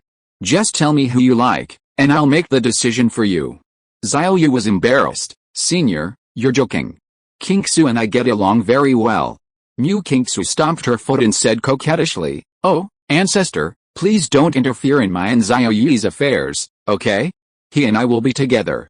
The silver-haired old man snorted, "Do you think I don't know your little schemes? Alright, you two go back to the city lord's mansion first, especially your great-great-great-great-great-granddaughter. Don't you dare have any ideas." Mu Qingsu and Xiao Ye were stunned. "You know everything? HMPH. The silver-haired old man didn't say anything, waved his hand, opened a circular halo door, and kicked the two of them inside. Inside the villa exclusively for the city lord's daughter. Living room. Ouch! What are you doing? Mu Qingsu fell heavily onto the hard, cold marble floor. Xiao Ye fell onto the comfortable, soft sofa. Mu Qingsu rubbed her aching buttocks and complained, "Deliberate revenge, absolutely deliberate revenge. You kicked me so hard, but when you kicked me, it was a weak kick, and I fell to the ground. My skin hurts so much." Xiao Ye's eyebrows twitched. "Your ancestor knows about our little affair. If you try to play tricks tomorrow and don't sign the contract or consummate the marriage with me, he'll probably punish you even more severely." He said with a hint of smugness, "Hey, your ancestor has approved of me. How about that? Pretty awesome, right?" Mu Qingsu looked at him with resentment. "Awesome, you're the most awesome, okay? Signing the contract is fine, consummating the marriage is fine. Anyway, I didn't plan to play any tricks." Then, Xiao Ye went over and pushed Mu Qingsu onto the sofa, making her lie face down. "What are you doing?" she asked shyly, her face flushed. Xiao Ye placed his hand on the spot where she had fallen and began to rub it, saying, "I'm skilled in massage, it can effectively relieve pain. As your fiancé, it's not too much to ask me to massage you, is it?" Feeling the unusual sensation, Mu Qingsu's pretty face flushed red. She quickly jumped up, pushed Xiao Ye away, and snorted, "Don't touch me. Don't think I don't know you're a pervert, just trying to take advantage of me, and you have the nerve to say you're skilled in massage? You're kidding me." Saying this, she quickly ran into the bedroom, buried her face in the blanket, and said shyly, "It actually feels a little good. Luckily I pushed him away in time, otherwise I would have groaned out loud. No, I absolutely can't let Xiao Ye see me like that. I'm Mu Qingsu." In the living room. Pushed back 4 or 5 steps before stopping, Xiao Ye's face turned cold, filled with icy anger. He was somewhat angry. He had clearly been trying to relieve her pain, taking advantage of her was just a side effect, not his main purpose, but she showed no appreciation whatsoever. What a joke. They're getting married and signing their contract tomorrow, and she's still acting all high and mighty? She went to great lengths to pretend to be your lover, fend off your fan, and participate in the assessments, and he didn't get a single penny. The promised reward and the special assistant spot didn't even come through. Is Mu Qingsu trying to get something for nothing? Xiao Ye said coldly, dissatisfied, Since you don't appreciate it, don't blame me for being heartless, he. At this moment, Mu Kingsa returned to normal, took her clothes, and went into the bathroom to shower. The 3 assessments had left her covered in dust, reeking of burnt and bloody substances. Pretty girls love to be clean, and she was no exception. HMPH. As she passed Xiao Ye, she snorted, concealing the shyness deep in her beautiful eyes. She wanted to finish quickly so she could find some papaya to eat. Watching her retreating figure, Xiao Ye had a bold idea. 10 minutes passed, and Xiao Ye figured it was about time, so he pushed open the bathroom door and swaggered in. Completely naked, Mu Kingsu, who was showering, stared blankly and exclaimed, "What are you doing?" Xiao Ye casually glanced at her, a hint of disdain and contempt in his eyes, then walked to the toilet and started flushing as if no one was there. After flushing, he walked out as if no one was there and closed the door. Mu Kingsu was dumbfounded. What kind of look was that? Disdain, contempt? Did he think I didn't exist? She felt so angry. Mu Kingsu quickly finished showering, dressed, and went out, hands on her hips, demanding, "Xiao Ye, what do you mean?" Xiao Ye curled his lip. "You said you wouldn't let me touch you, but you didn't say you wouldn't let me look. I respect your opinion, okay?" He did so much trouble for her, just to collect a little interest. Mu Kingsu's lips twitched. She hadn't said she wouldn't let him look, he had always said not to touch her. But how could this jerk's thought process be so strange? If he wouldn't let her touch him, then he could look? HMPH. I'll make you look at me in a new light. Mu Kingsu snorted and left the villa, taking Xiao Ye's disdainful look very seriously. She hurriedly left, her destination unknown. Xiao Ye was bewildered. Look at her in a new light? Look at what? Oh, since she didn't object, it meant she approved of his actions, no touching, but a glance. A bolder idea sprouted in his mind, and he prepared. Having reached this conclusion, Xiao Ye's expression improved somewhat. He then left the villa and returned to Kunpeng Academy. It was afternoon, and there was still a long day ahead. He needed to find Yangxi. The wedding wasn't until tomorrow, he wasn't in a hurry. At this time, some powerful families, city lords, and prominent figures in the 10 top-tier base cities across the Dragon Kingdom had all received wedding invitations from the city lord's mansion in Shanghai. Tomorrow, my daughter will be happily married to a talented young man, and a grand wedding will be held. Invitations are hereby issued. The invitation is also a low-grade supreme teleportation item. Pressing the invitee's handprint will activate the teleportation item, opening a special portal, and entering will take them directly to the demon capital city lord's mansion. In the imperial capital base city, the super family Yi family received the invitation. Yi Fan angrily threw the invitation on the ground, stomped on it, and spat a few times, saying, "Arrogant, too arrogant. I just annulled the engagement, and the Mu family sent a wedding invitation right after. This is purely to humiliate us." At the location of the leader of the Dragon Kingdom Supreme Alliance, a stunningly beautiful woman in elegant purple robes handed an invitation to her closed-door disciple, Huangpu Xiangling, and said softly, "It's inconvenient for me to attend the wedding banquet of the Mu family's daughter. You will go in my place." Huangpu Xiangling's eyes darted around, a mischievous glint in them. She cleverly took the invitation, taking the opportunity to touch the purple-robed woman's palm, and said, "Yes, master." The stunningly beautiful woman, Ziran, quickly withdrew her hand and coughed, "Xiangling, even Mu Kingsu has found her match. You should find a man to form a contract with too." The delicate and adorable Huangpu Xiangling shook her head vigorously, "No, I want to stay with master forever." The elegant and beautiful woman, Ziran, slapped her forehead, her face full of black lines. This tall, beautiful female disciple, standing at 1.7 meters, was such a headache. After awakening her template, she looked down on men and hadn't formed a contract with them, and now she was constantly taking advantage of her female master. Taking in a female disciple with such a lewd reputation, what a disaster. Chapter 236 Xiao Ye, let me show you a big treasure. Remembering Xiangling's past, the elegant and sophisticated Ziran sighed. Huangpu put away the invitation, her beautiful eyes shining, and said, "Master, we haven't had a bath together in a long time. Since you're here today, shall we have a bath together?"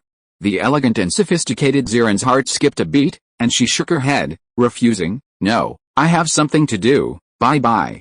If she hadn't used a treasure to examine Huangpu Xiangling's body and soul, knowing that she couldn't be a reincarnation or someone possessed, and that she simply disliked men and preferred to be close to women because of her past, she would have slapped her to death. The elegant and sophisticated Xiren's figure turned into a speck of light and disappeared.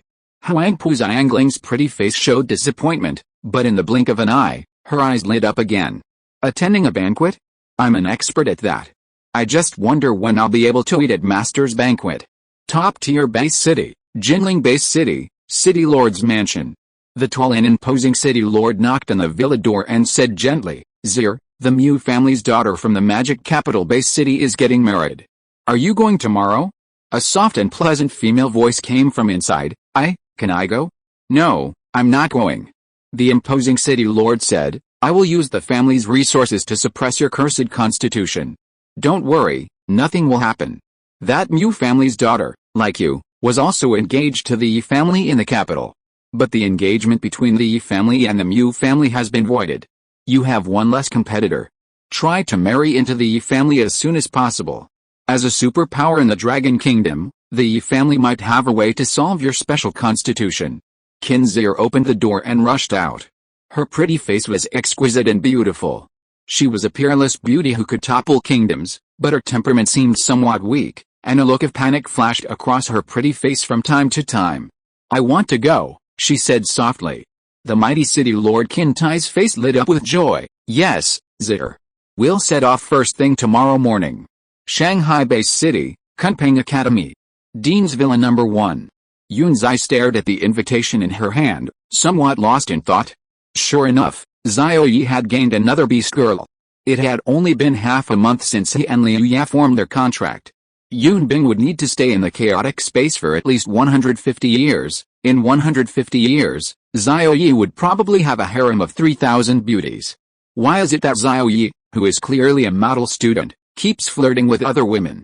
Is it because of his special talent, allowing him to contract multiple beast girls? So he wants to benefit more people? Yunzai felt a pang of unease, anxious for Yun Bing. Knock, knock, knock. A knock sounded at the door. It must be that guy coming back. Yunzai opened the door and indeed saw a grinning Xiao Ye. He grinned, revealing 2 rows of bright white teeth, and excitedly gave a thumbs up, saying, Sister Yangxi, you're amazing. You captured so many rare attribute magical beasts. For this, I have a surprise for you. Xiao Ye said mysteriously. Yangxi frowned, a cold glint in her eyes. What surprise? You're not going to tell me you're getting married to the Mu family's daughter, are you? No need. That's nothing to surprise me. Xiao Ye shook his head. Of course not. Come with me. A circular halo appeared. And Xiao Ye darted inside. Yangxi hesitated for a moment before following him. A while later, on a magical beast mountain range on the edge of the Holy Spirit's secret realm. To the east of the mountain range was a group of over 300 lightning attribute magical beasts captured by Yangxi, the highest level being the peak of the Great Venerable Realm. To the west of the mountain range was a group of over 400 phantom attribute magical beasts. To the north of the mountain range was a group of over 200 ice attribute magical beasts. To the south of the mountain range was a group of over 400 space attribute magical beasts. These magical beasts were all captured by Yangxi from the Mu family's dark realm, and their highest level was the peak of the Great Venerable Realm. Xiao Ye and Yangxi stepped out of the circular halo and appeared on the south side of the mountain range, next to the temporary gathering point that the special attribute magical beasts had found. At the 5th level of the Great Venerable Realm, he swiftly grabbed a Grandmaster level special attribute magical beast and killed it with a single palm strike. This action triggered the already tense and wary magical beast horde, which swarmed towards Xiao Ye. Sister Yangxi, save me. Yangxi's face darkened, spatial collapse, as if a house were collapsing, the upper and surrounding space collapsed, compressing towards the center. She waved her hand, and the vast spatial power within her body surged forth, instantly filling every corner. Then, with a deafening roar, space itself collapsed, compressing vegetation, soil, and rocks. Except for Xiao Ye and her, the terrain within a radius of tens of kilometers was lowered by more than 100 meters. The special magical beast horde was crushed to the ground, unable to move. Both being special attributes, Yangxi was clearly far stronger. If she hadn't lacked the will to kill, this entire clan would have been wiped out in a single blow. Xie said impatiently. Xiao Ye, what are you up to? I'm not in the mood for your games right now. Xiao Ye laughed. Don't rush me, I'll show you a big treasure. He activated the template adjuster's extraction function. The supreme extraction power descended upon the recently deceased Grandmaster level special magical beast. Then, as if encountering a great terror, the special magical beast convulsed, its aura became decaying, its body deteriorated, and a foul odor emanated from it, finally turning into powder and dissipating into the air. Xie watched patiently, commenting, "Are you testing a new talent skill? It's quite something. The skill is used very subtly, even I didn't detect the attack method or the power." Grandmaster level special attribute magical beast successfully extracted a special rule fragment crystal, placed in storage space. Within the system space, a unique rule fragment crystal appeared. When this crystal appeared, other types of crystals made way for it, seemingly indicating it was not to be trifled with. Xiao Ye's mind stirred, shielding the special rule fragment crystal's anomaly, allowing it to appear in his pocket. He patted his bulging pocket, saying, "Sister Xie, it's not that, my precious treasure is here." "Not that?" Xie glanced at the bulging pocket, misunderstanding something, and glared at him, saying, "Oh, Xiao Ye, you even dare to tease me. I don't want to see that filthy thing." Xiao Ye's lips twitched, and he directly pulled out his precious treasure, placing it in Xie's hand. "Am I that kind of person?" "I meant this," he said helplessly. Xie turned her head away, not daring to look, but the thing in her hand was icy cold, radiating extremely rich special Dao aura and power of rules. Startled, she realized something and turned her gaze back down. Xie was stunned, her beautiful eyes widening in shock as she exclaimed, This is a spatial rule fragment crystal." Xiao Ye snapped his fingers and laughed, "Exactly. So, Sister Xie, how is this surprise? Do you like my precious treasure?" Xie was still in shock, nodding her head vigorously, her face full of joy. "I love it, I love it." With a special rule fragment crystal, she could immediately bring Yunbing back from the chaotic space. If you are listening to this novel on a channel other than Fanfic World, it means it was downloaded and re-uploaded without effort. We warmly invite you to visit our channel, Fanfic World.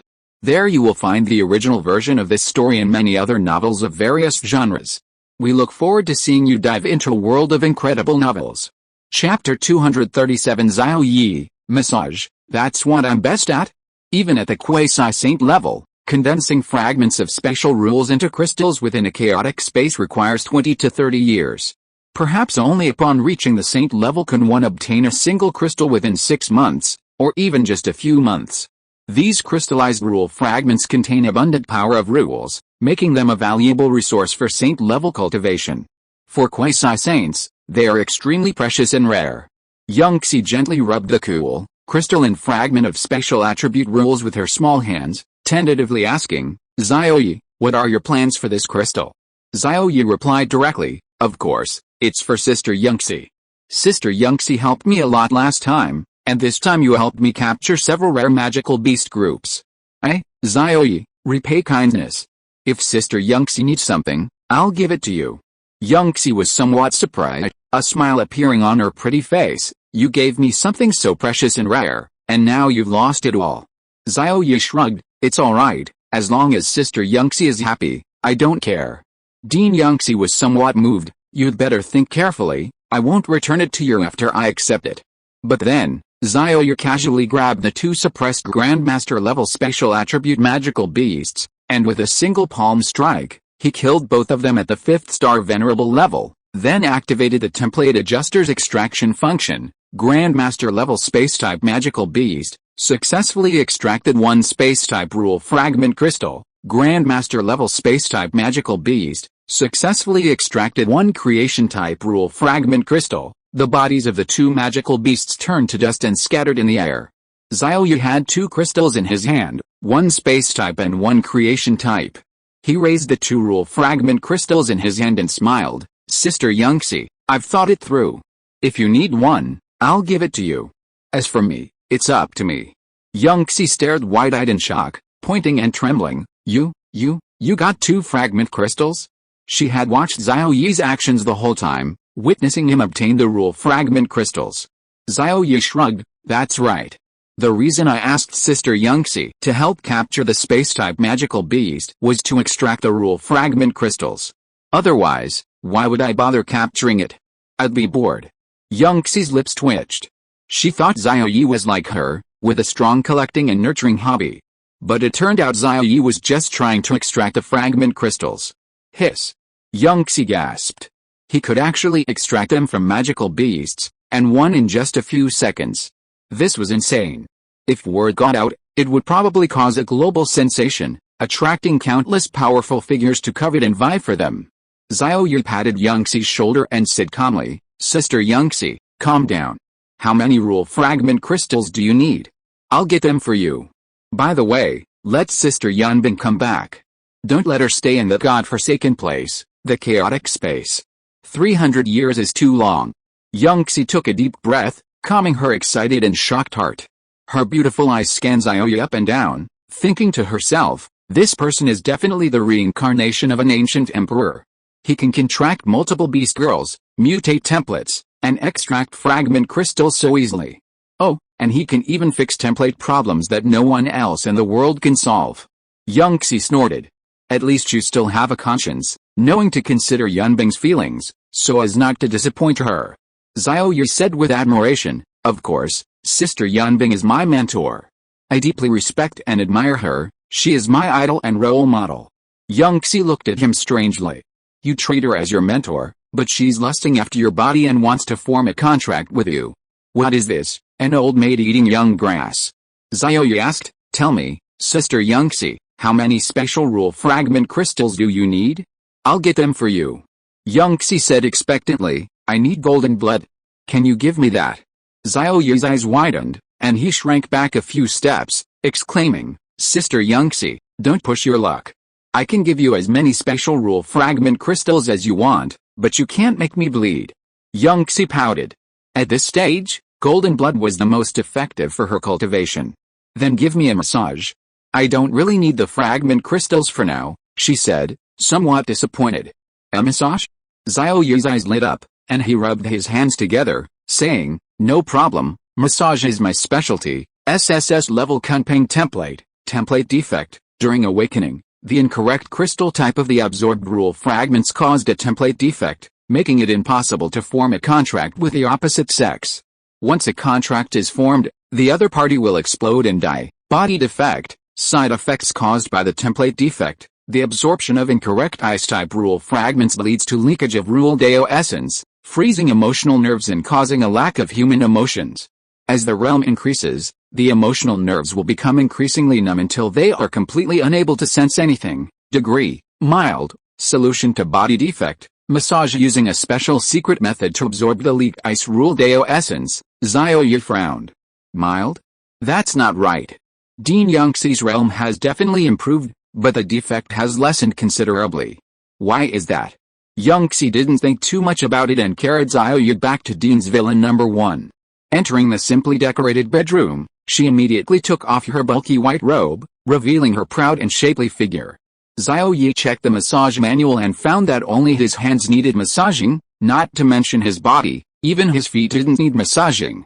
Dean, the defect is quite minor, I'll just massage your hands, he said truthfully. Yangxi, who was lying down, darkened her face and said unhappily, I've already taken my clothes off, and you're telling me this. Hurry up and massage. Massage like last time. Xiao Ye's eyes widened. Last time? Last time, he had fooled her, massaging every part of her body. Actually, only her feet needed to be massaged. Dean, massaging the whole body is tiring, how about just massaging her hands? He asked tentatively. Looking at her proud and perky figure, Xiao Ye was secretly shocked. Sure enough, the iceberg Dean's figure was even more terrifying. Yangxi jumped up and clenched her fingers angrily. Are you going to massage me or not? Otherwise, I'll beat you up. Xiao Ye was on the verge of tears.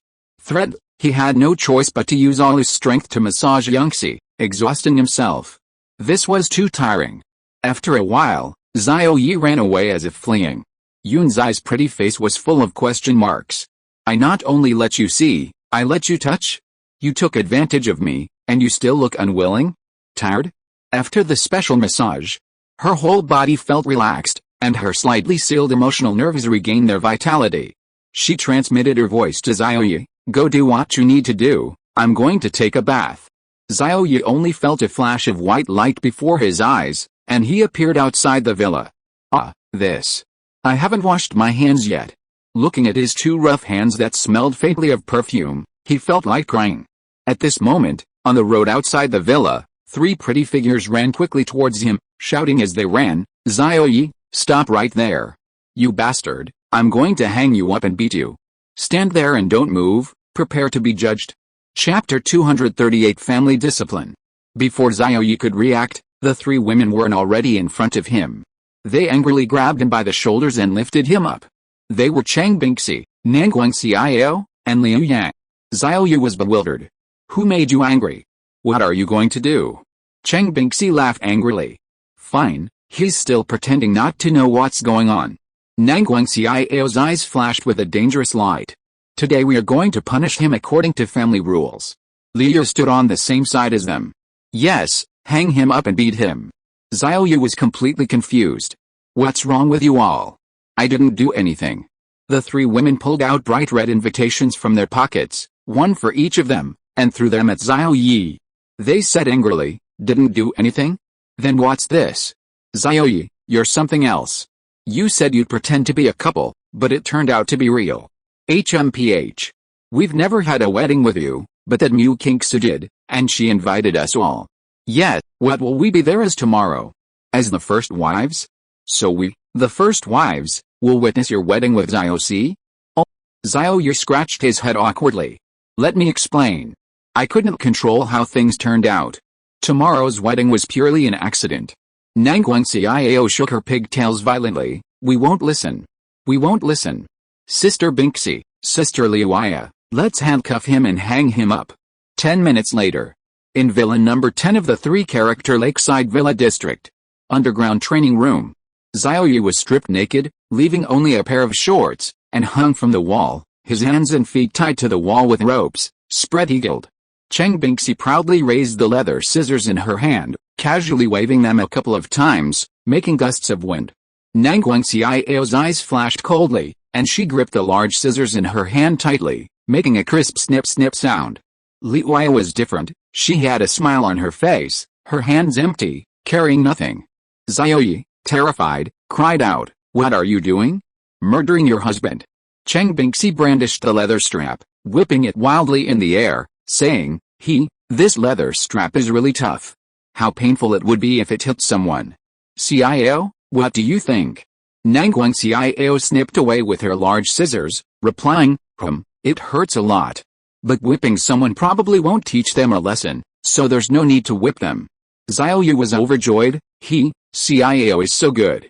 Nanguang Xiao, however, brandished the large scissors at him a couple of times, her eyes flashing coldly, and said, "There's no need for whipping. I'll just eliminate you completely, making you our sister. That way, you won't be able to philander." Hiss. Xiao Ye gasped, "Xiao, you're even more ruthless than Bingxi." Nanguang Xiao immediately tried to act, pulling down Xiao Ye's shorts, preparing to use torture. Xiao Ye hurriedly used illusion reality conversion to transform a certain area into an intangible, invisible object. Nanguang Xiao exclaimed in surprise, "Huh? Where did it go?" "It's gone."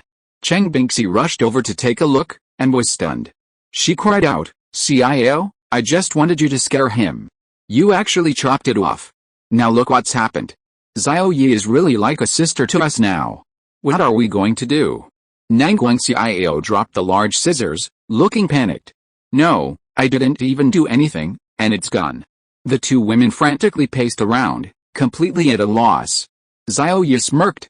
"You two scared us, and now you're the ones who got scared." Liu pushed the two women aside and calmly said, "Calm down." With a wave of her hand, the intangible object solidified. Chang Bingxi and Nanguang Xiao breathed a sigh of relief when they saw it was still there. Liu pulled up her shorts, pinched Xiao Ye's handsome cheek, and laughed. "Xiao Ye, don't worry, I won't torture you or use any instruments of torture to scare you." Xiao Ye was delighted. "Ha ha ha, Sister Liu is the best." A hint of mockery flashed in Liu Ye's beautiful eyes as she said, "I'll be watching you here for 3 days before letting you leave." Let's see how you attend tomorrow's wedding. HMPH, if the groom isn't there, your wedding with the Mu family's daughter will naturally be cancelled. Xiao Ye's smile froze. Good heavens, it turned out Liu was the most ruthless. Cheng Bingxi and Nanguang Xiao were just trying to scare him, but Liu Yao was serious. Upon hearing this, Nanguang Xiao and Cheng Bingxi's beautiful eyes lit up. Sister Liu Yao is so clever, she even thought of this method. No wonder she's the most beautiful teaching assistant. That's right, we'll stay here and guard you. What can you do? Xiao Ye's face darkened. No, you really want to tie me up for 3 days and 3 nights? The 3 women nodded vigorously. Boom. Xiao Ye's body erupted with the aura of a 5th-level Venerable Realm expert, trying to resist and break free of the restraints. However, he was suppressed by the 3 women and the ropes, and immediately deflated. Liu laughed. This is a treasure of the Great Venerable Realm level, a binding rope. It can bind even a high-level Great Venerable Realm expert, so don't waste your energy. Xiao Ye frowned. They actually wanted to tie him up for 3 days and 3 nights. This was going to be difficult.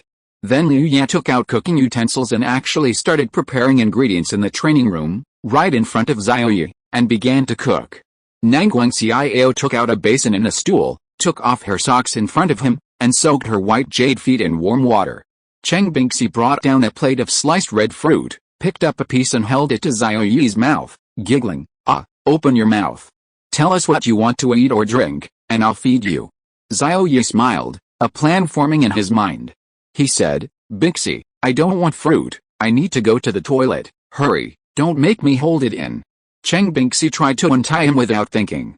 But halfway through, Nanguang Xiao noticed, running over barefoot and stopping Cheng Bingxi, her face full of displeasure. Sister Bingxi, you betrayed us, trying to let him leave. Cheng Bingxi looked innocent. I didn't. Xiao Ye needs to go to the toilet, we can't keep him holding it in. Nanguang Xiao thought about it and agreed, so they helped untie Xiao Ye. Xiao Ye was overjoyed, his escape plan was about to be realized. Once untied, he could use his instant 1,000 miles, transform into lightning, reaching the speed of light, talent to escape. Just as their hands and feet were almost completely untied, Liu Yan, who was cooking, flashed forward, stopping the 2 women and personally retying the ropes that could bind a Grand Venerable Realm expert. Xiao Ye's face darkened. Sister Liu Yan, it's you again. Cheng Bingxi and Nanguang Xiao asked in confusion. Sister Liu Yan, we can just watch over him, it's not like we're making him suffer. Can't he even go to the toilet? Yes. I'd be heartbroken if you held it in. It's alright. A radiant smile appeared on Liu Yan's beautiful face. She reached out and pulled out a chamber pot, saying, Bingxi, this is the chamber pot I used. Here, it's yours. You know how to use it, right? Cheng Bingxi's beautiful eyes lit up. I understand. Xiao Ye's lips twitched. Was he doomed? No, he still had a plan. Xiao Ye protested, I need to poop. Chapter 239 Bingxi, get up, groom, don't be late. Huh? Cheng Bingxi, who was holding the urinal and about to start, was stunned. Xiao Ye's lips curled up. Bingxi, did you hear me clearly? I need to poop, I can't let you do it. Hurry up and untie me, or I'll poop in my pants, quick. Cheng Bingxi nodded her little head innocently, I'll untie you. Nanguang Xiao chimed in, me too. The urinal was called a urinal because it was used for urination. Liu Ya's beautiful eyes gleamed. She wasn't as naive as the 2 girls, so easily believing Xiao Ye's words. For example, last time, Xiao Ye said he was going to help the poor, but he ended up washing feet. Liu stopped the 2 girls again, took the urinal, and said recklessly, Bingxi, whether it's pooping or peeing, let me do it. Cheng Bingxi and Nanguang Xiao were stunned. Xiao Ye was stunned, his voice trembling as he said, Sister Liu Yan, you're ruthless. Liu laughed, do you need to use the toilet? Xiao Ye shook his head, you scared me away, no need. Liu Ya's face darkened, this is another trick you used, Bingxi, you saw it, right? This bastard is so cunning. Cheng Bingxi said irritably, well, Xiao Ye, you actually dared to lie to us, you've wasted our trust in you. Nanguang Xiao was also a little angry, for that vixen, you actually lied to us, clearly wanting to escape, yet you said you needed to use the toilet. The 2 girls were really angry, pouting so high their lips could hang water bottles. This. Xiao Ye panicked a little, A few drops of cold sweat seeped from his forehead, and a strange sense of guilt rose in his heart. He and Xie Mengxuan had no real feelings for each other. Was he really going to betray and deceive the three women for the sake of the so-called wedding? After thinking for a moment, Xiao Ye decided to put Xie Mengxuan aside. If these three beast girls disagreed, he wouldn't go to the city lord's mansion and would let Xie Mengxuan handle it alone. Xiao, he's sweating, go wipe it. Cheng Bingxi took out a curiously decorated handkerchief from her bosom and tossed it to Nanguang Xiao. Nanguang Xiao snorted and threw the handkerchief into Liu Ye's hand. I'm not going, Sister Liu, you go. Liu Ye. She chuckled, leaving a fragrant breeze as she walked over and carefully wiped the cold sweat from Xiao Ye's forehead, laughing as she did so. What's wrong with you, panicked? Let me tell you, this is the first time I've seen Bingxi and Xiao so angry. If you don't do something, you're doomed. Xiao Ye looked at the two women. HMPH. Cheng Bingxi turned her face away. HMPH. Nanguang Xiao also tilted her head. Oh. Xiao Ye's lips twitched. This was really bad. He took a deep breath, his expression calming down, and said gently, untie me. I've decided not to be the groom. Without your consent, I will never contract a new beast girl again, including Xie Mengxuan. Cheng Bingxi and Nanguang Xiao exchanged a glance, their pent-up anger vanishing without a trace, replaced by joyful smiles. The two women rushed towards Xiao Ye, grinning. Xiao Ye, are you serious? You can't lie to us anymore. Xiao Ye nodded. If I lie to you, may I be childless? Cheng Bingxi and Nanguang Xiao were stunned, covering his mouth and shaking their heads angrily. If you're childless, doesn't that mean we're childless too? Change your vow. Liu Ye also stared with wide eyes. Xiao Ye, you're so cruel. You want us to be childless. Xiao Ye's face darkened. That was under the premise of lying to you. I said I won't lie to you anymore. The three women unanimously said, we don't believe you. Right, maybe what you're saying is true, but things are unpredictable. What if something happens? Yet, who knows? Xiao Ye broke down. What are you saying? What kind of talk is this? I mean what I say. Seeing his serious tone, the three women were stunned and fell silent. After a moment, Liu Ye's eyes gleamed with a sharp light. After careful consideration, she untied Xiao Ye, who was looking on in astonishment. Xiao Ye landed on the ground, completely free of restraints, and asked incredulously, aren't you afraid I'll run away? Liu Ye shook her head. Xiao Ye looked at Cheng Bingxi and Nanguang Xiao. What about you two? Aren't you afraid I'll use another trick to escape? The two women shook their heads. Xiao Ye laid his cards on the table. Okay, actually I didn't mean to lie to you. After all, if I really did, I'd be childless. He didn't mention the Mu family or tomorrow's plans again, and smiled. Bingxi, Xiao, since we came to Shanghai from Mangyeong Bay City, we haven't had a proper chance to explore. Let's take advantage of today and make up for what we've missed. By the way, we'll be covered in dust after all this, so let's go to the hot springs tonight for some beauty and skincare. Great. That's wonderful. Cheng Bingxi and Nanguang Xiao's faces lit up with excitement, and they each picked him up, one on each side. Let's go now. Liu protested. Xiao Ye, what about me? What am I supposed to do? Xiao Ye thought for a moment, then leaned in and whispered a few words in her ear, then smiled and asked, how about it? A blush rose on Liu Ye's pretty face, and she said shyly, you're so naughty. Xiao Ye asked, just tell me if you like it or not. Liu Ye nodded emphatically, her eyes filled with anticipation. I really like it. Xiao Ye replied, okay, let's deal with it this evening. Let's go shopping, sightseeing, and soak in the hot springs first.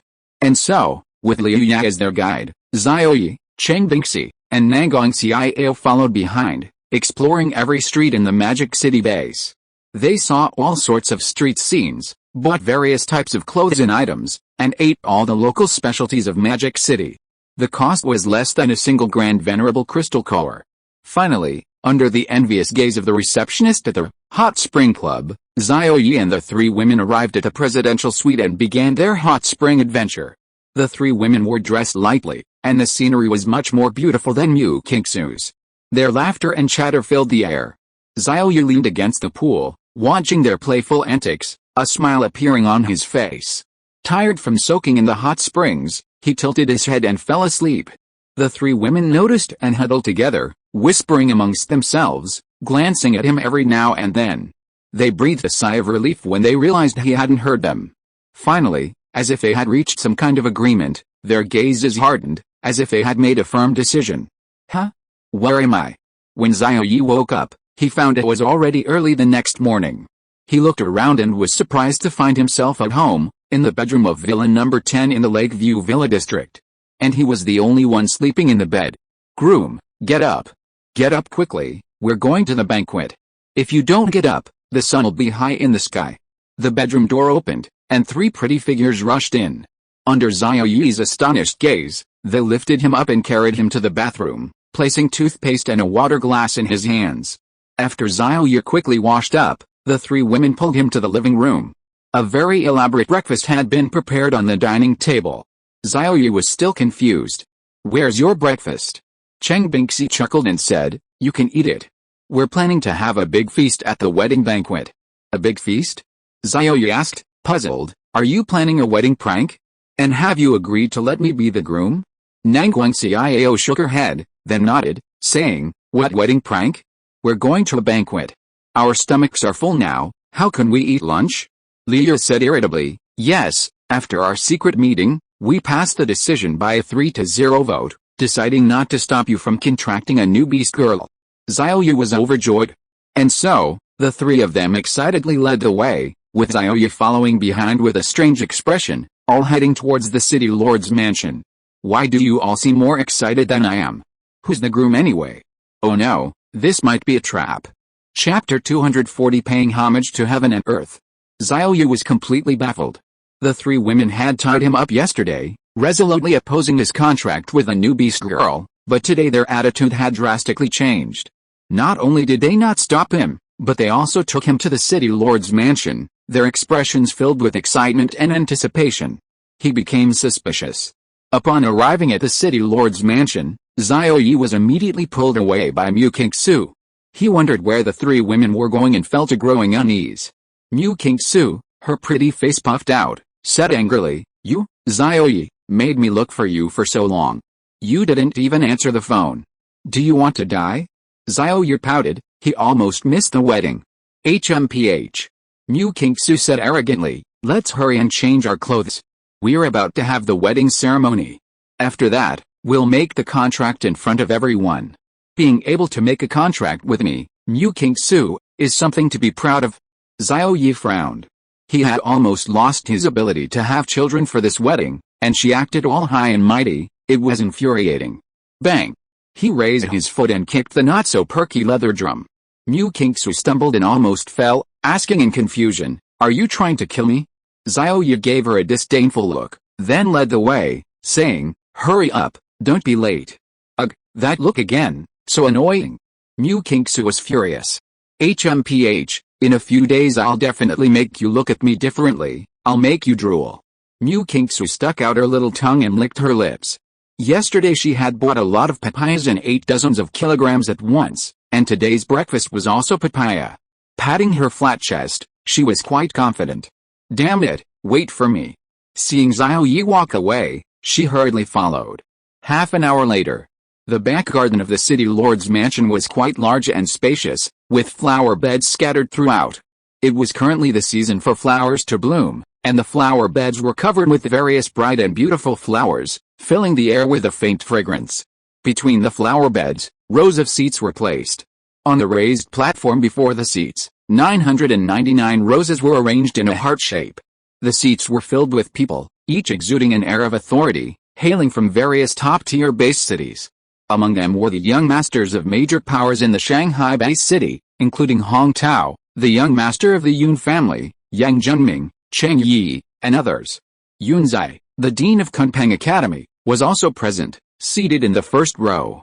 The wedding MC, who had been talking incessantly, suddenly gestured a welcome and said with a smile, next, let's welcome the bride and groom to the stage. As his voice faded, the couple, dressed in bright red wedding attire, walked hand in hand down a side path from the raised platform. The groom was handsome and extraordinary, the bride as beautiful as a lotus emerging from water, both possessing a refined and elegant air. They were a perfect match, like a match made in heaven. The groom was Xiao Ye, holding a bouquet of flowers in one hand and holding the hand of Mu Qingsu, whose head was covered by a red veil, In the other, as they slowly walked to the raised platform, to the center of the heart-shaped arrangement of 999 roses. All eyes were on them, and everyone cast their blessings.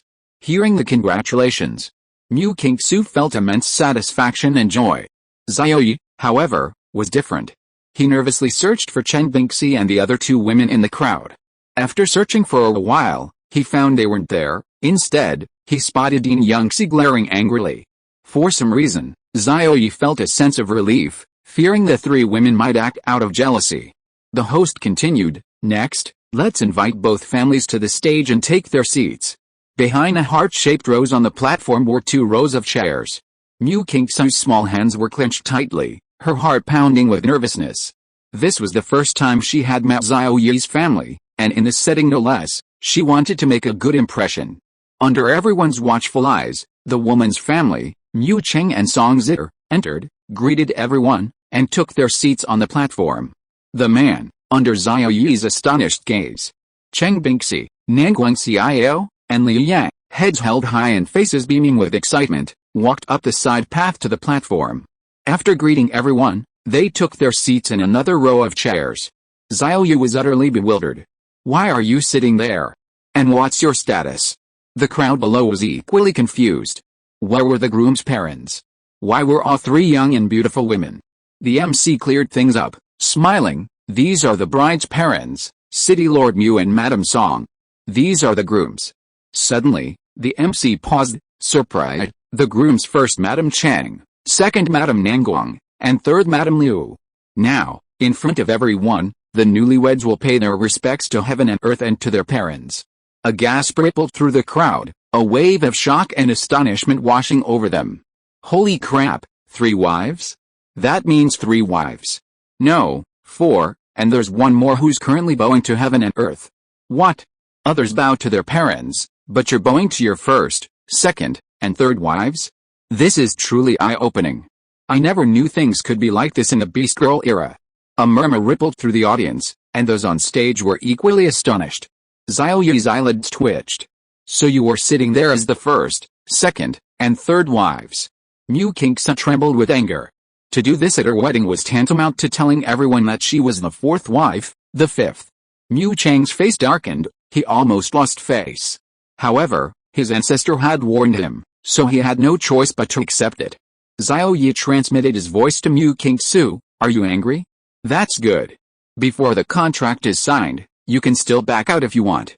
After the contract is signed, you won't have any freedom, and you'll have to do all the housework, becoming a hard-working and dutiful 4th wife. Otherwise, you'll be suppressed by the 3 first wives."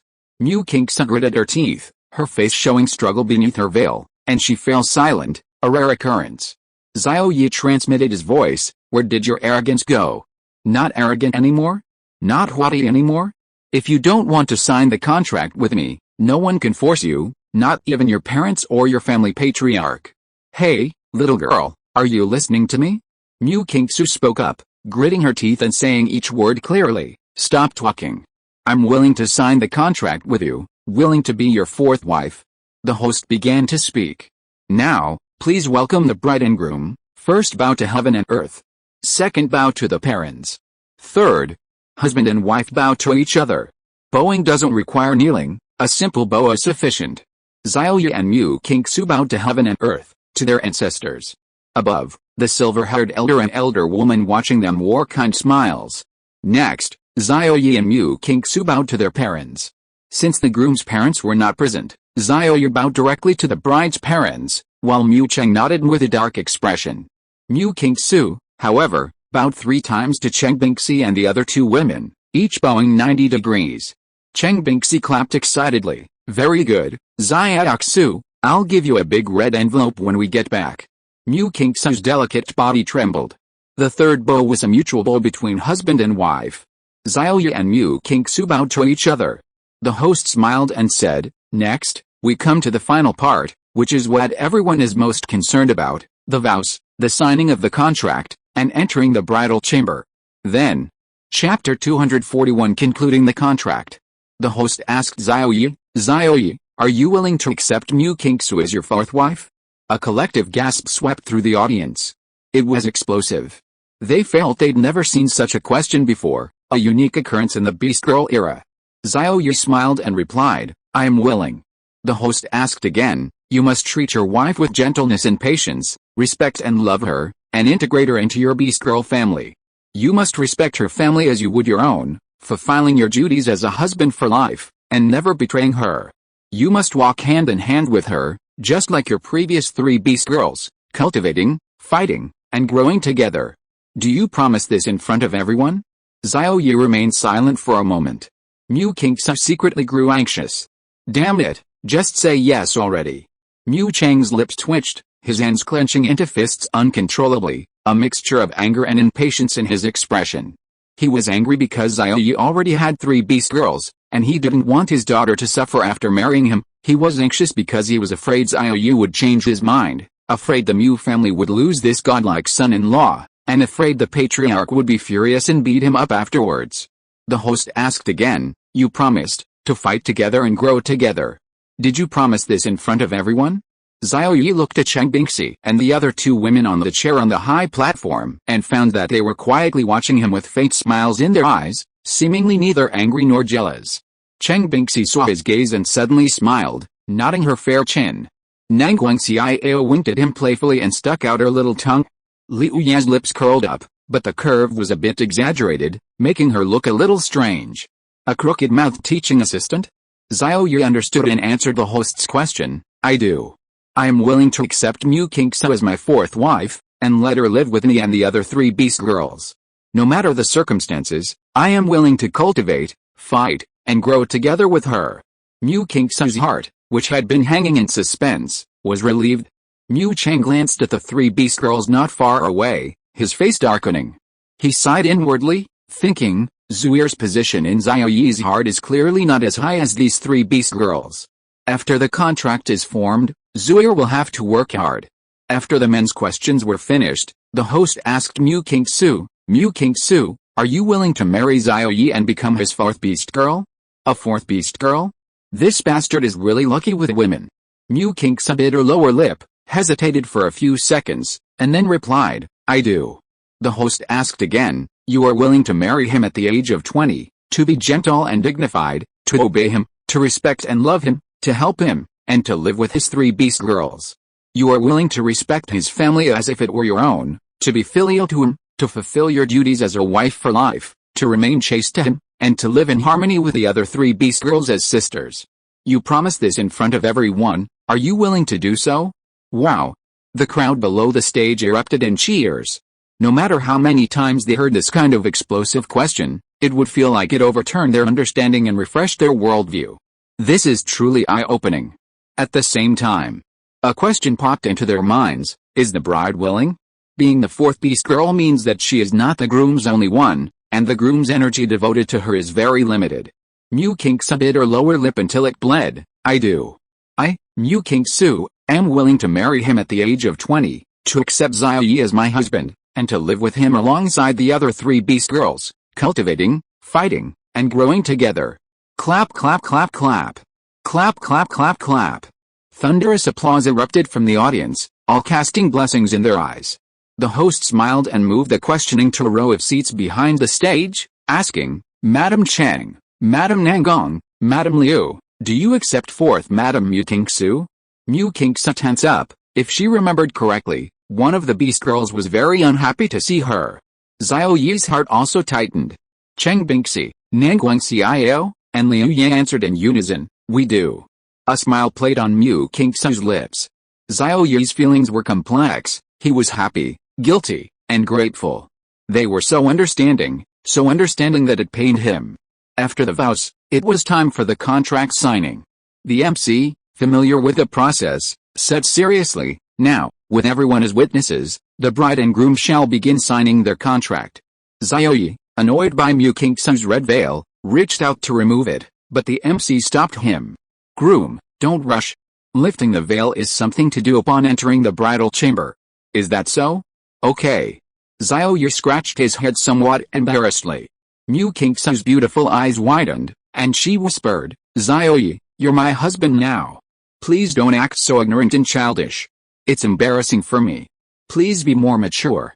Even with a veil, as a grandmaster at the peak of the grandmaster realm, she could project her spiritual power and was extremely perceptive. The veil didn't obstruct her vision. Oh, Xiao Ye sighed helplessly. This girl was being arrogant again.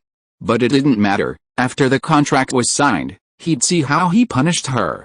Signing a contract was equivalent to getting a marriage certificate. Then everything would be perfectly legitimate.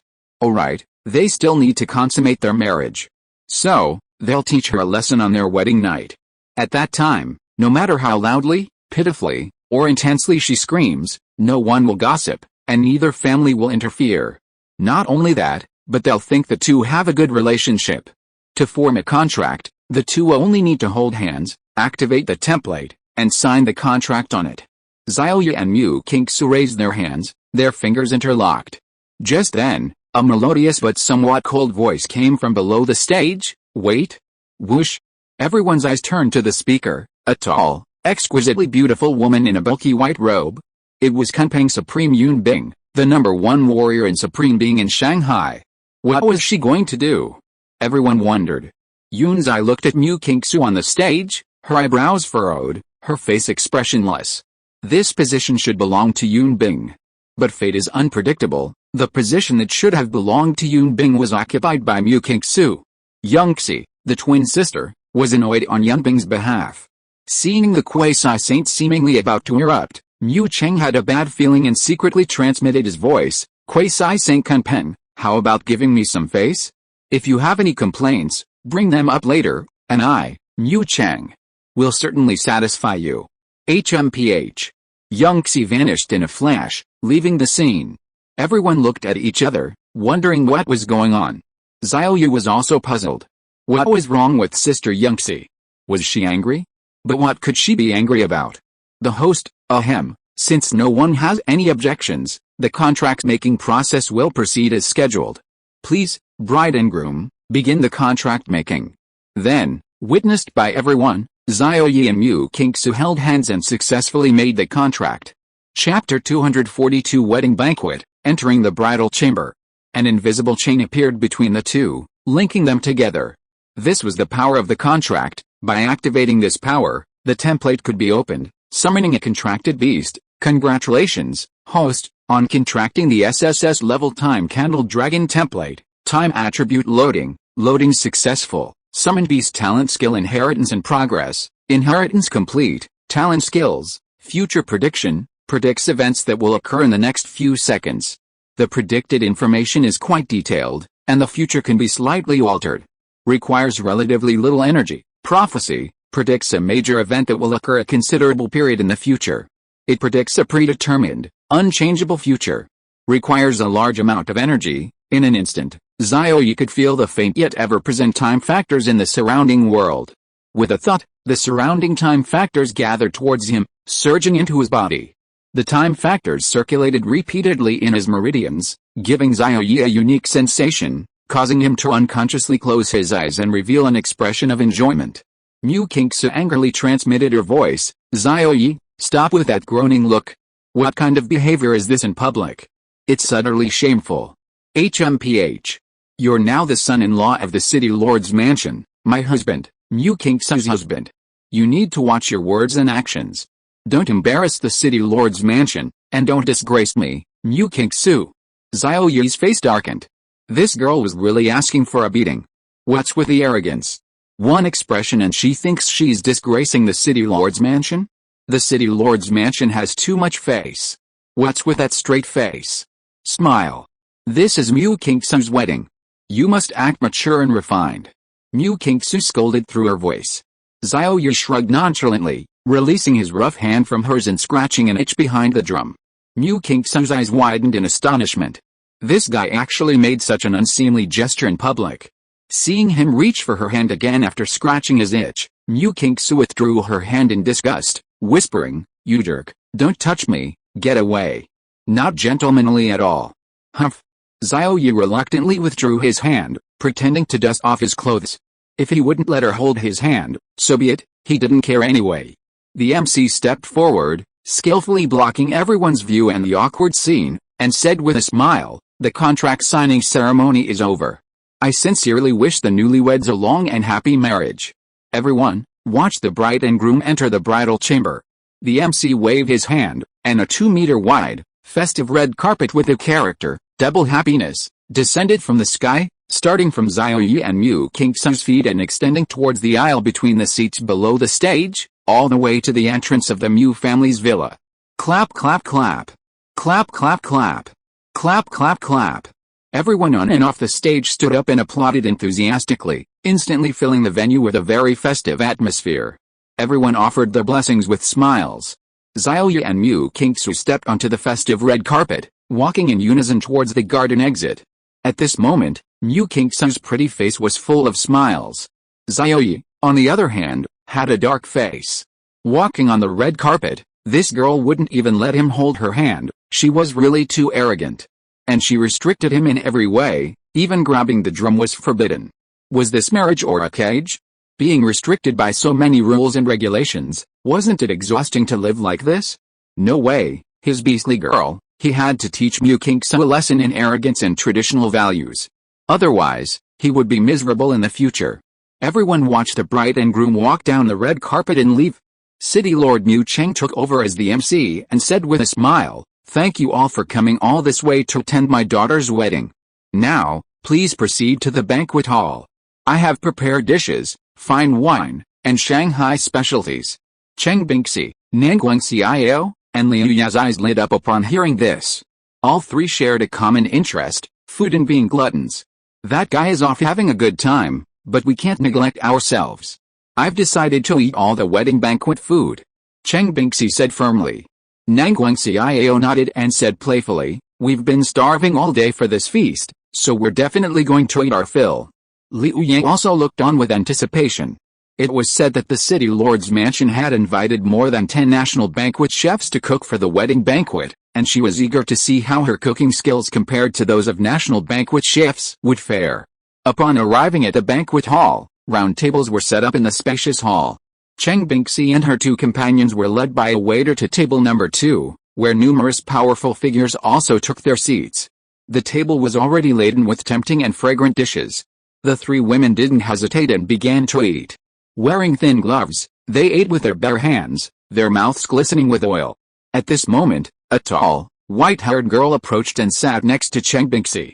Looking at Cheng Bingxi's delicate hands and the glistening food, her beautiful eyes lit up as she asked, "Madam Cheng, may I sit here?" Huh? Cheng Bingxi was surprised to encounter a girl at the banquet whose beauty rivaled theirs. However, she was busy devouring the food before her, her head buried in her plate, and casually replied, "No problem, sit wherever you like." The white-haired girl, Huang Puziangling, brightened up. "Okay, then I won't be polite." She then joined the food-eating frenzy, also putting all her energy into finishing off the food on the table. Qin Tai, the city lord of Jinling Base City, entered the guest hall with his daughter, Qin Zir. He looked at all the round tables, all the chairs were occupied, except for table number 2, which was empty with only 4 people seated. So, Qin Tai and his daughter went to the round table where Cheng Bingxi was sitting and found an empty seat. The delicate-looking Qin Zir stiffened, her face showing some panic, and cautiously asked, "Father, will my presence here really bring disaster?" Qin Tai patted her shoulder and smiled, "It's alright. Your constitution is special, it's hard to suppress, but I can suppress it for an hour or 2 without any problem." "How are you?" Qin Zir breathed a sigh of relief. Then, the two joined the foodies and began to devour the dishes. Huh? Mu Cheng and Song Zir also came to table number 2 and sat down in the empty seats, somewhat surprised. This table was specially prepared for the groom's and bride's families, and the dishes served were the best in the entire venue. But what about these 3 people? Could they also be the groom's family? Upon closer inspection, Mu Cheng realized that the tall and imposing man was actually Qin Tai, the city lord of Jinling Base City, a top-tier base city. The woman next to him must be his daughter, Qin Zir, who possessed the cursed body. As for the white-haired girl, Song Zir recognized her as Huang Puziangling, the prized disciple of Ziran, the leader of the Supreme Alliance. Chapter 243 Qin Zir, the Unlucky One. The 3 women weren't already seated, and Mu Cheng wouldn't ask them to leave. Mu Cheng nodded to Qin Tai, then said to Cheng Bingxi and the other 2 women, "My dear-in-laws, my dear-in-laws, now that Zuir has joined your beast girl family, I hope you'll take good care of her. If she needs anything, just let me know. Ugh. Cheng Bingxi, her mouth full of food, was startled and mumbled, Master? Yes, Master. The city lord of the Magic City base was a high-ranking figure, yet he was speaking to them so approachably. No problem. Okay. Nangguang Xiao and Liu Yan also responded. It seemed rather perfunctory. Seeing that the three women had no interest in chatting with him, Mu Chang's face fell. He had no choice but to focus his attention on Qin Tai, intending to talk after the three women had finished eating and drinking. Brother Qin, has there been a solution to your daughter's health problem? Mu Chang asked. Qin Tai poured a glass of strong liquor for the two men, downed it in one gulp, and said with a worried face, We don't know where to start. Mu Chang frowned. Jinling City is the center of the Jiangnan region, with many medical families that have been practicing medicine for thousands of years. Are they also helpless? Qin Tai sighed. Yes. Over the years, I visited every medical family and searched for rare and precious herbs, but I haven't been able to solve Xie's constitution problem. Mu Chang fell silent. Qin Tai, like him, was the lord of a top-tier base city, holding a high position and great power. If even Qin Tai couldn't solve the problem, he probably couldn't either. But then Liu Ya suddenly spoke up. Constitution problem? What kind of constitution problem is so difficult to solve? Liu remembered herself back then. Due to the forced termination of the contract, her template and body developed defects, causing her cultivation level to decline continuously, making it impossible for her to cultivate. She had also searched for thousands upon thousands of methods, but none of them worked for the defects in her template and body. Mu Chang paused. This was Qin Tai and the others' privacy, and he couldn't say anything about it. Qin Tai didn't seem to think anything of it. He patted the frail girl Qin Xie, who was eating with her head down, and said bluntly, Xie has a special constitution, which we call the Calamity Constitution. The Calamity Constitution? Liu was somewhat surprised. Qin Tai continued, this constitution is uncontrollable. Every time Xie comes into contact with someone, every time she goes to a new place, she brings misfortune to that person and disaster to the new place. Those who have been in contact with Xie experience frequent misfortunes during that period. Choking while drinking water, stepping in dog poop are minor things, failing to break through cultivation realms, being seriously injured in battle, and being trampled to death by magical beasts while sleeping are all highly probable occurrences. Upon hearing this, Cheng Bingxi, Nangguang Xiao, Liu Yan, and Huang Pui's Yangling all leaned closer to Qin Xie, afraid of being too close and catching the misfortune. They were being discriminated against. Ugh! Qin Xie's large, bright eyes welled up with tears, turning red as she said aggrievedly, Dad, please stop talking and let me have a proper meal. Qin Tai smiled apologetically and said, if any of you can provide an effective solution, I, Qin Tai, will certainly treat you as an honored guest of Jinling City and reward you handsomely. You will be a great benefactor to my Qin family. This. Liu realized what was happening and awkwardly moved her chair back. Qin Xie was still there, and her subconscious reaction was truly inappropriate. However, she vaguely felt that this constitution might be a defect in the template, resulting in a physical defect? If it was a defect in the template, Xiao Ye might have a way to solve it. But she wasn't familiar with Qin Tai and his daughter, so she had no intention of pushing Xiao Ye forward. Dad, I want to go home. Qin Xie seemed to dislike this scene very much. After taking a couple of bites of dessert, she looked at Qin Tai with pleading eyes. Qin Tai's face showed bitterness. We've only been sitting here for a few minutes, barely even warmed the drum, and haven't eaten much. Xie, let's finish this meal before we leave. Song Xie picked up a dessert for Qin Xie and said gently, it's okay, everyone is very friendly to you, you don't need to be nervous. Qin Tai smiled and said, yes, Xie's constitution is suppressed. The suppression effect will last for at least 2 hours and won't bring misfortune or disaster to others, so Xie can just relax and eat. Liu Ya's eyes showed pity. Although this beautiful girl came from a top-tier power and would never have to worry about power and money, she felt that this girl was very pitiful. If she could choose, perhaps this girl would rather be an ordinary commoner with a normal constitution. The white-haired girl, Huang Pu's Yangling, almost peeked out from her beautiful eyes with concern. She proactively carried a stool to Qin Xie's side, leaned close to her, and smiled. You must be Yi Fan, the young master of the Yi family in the capital, his fiancée, right? Seeing her approach, Xie instinctively took a step back, her pretty face showing a hint of panic as she said, "Yes, how did you know?" The white-haired young master pulled her back, leaning close again, and smiled, "Because I'm also his fiancé." Xie was taken aback, carefully examining Huang Puziangling before realizing, "You're the disciple of Ziran, the leader of the Supreme Alliance." Huang Puziangling nodded, "Yes, I'm my master's disciple." This was the first time Xie had been so close to someone, and she shifted her body slightly, a little shy. She was also somewhat surprised that both of them were fiancés of the young master of the Yi family, and were even eating at the same table. If it were anyone else, they might have started fighting, but Huang Puziangling didn't seem to mind. Xie's eyes narrowed, a glint of shrewdness flashing within them, revealing a hint of hostility.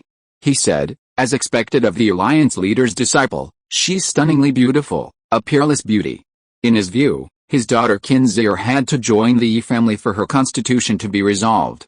Huang Puziangling shook her white-haired head at him, saying, "Uncle Xie and I aren't competitors. I have no intention of marrying Yi Fan." Then, a look of disgust appeared in her beautiful eyes. "Men are all the same.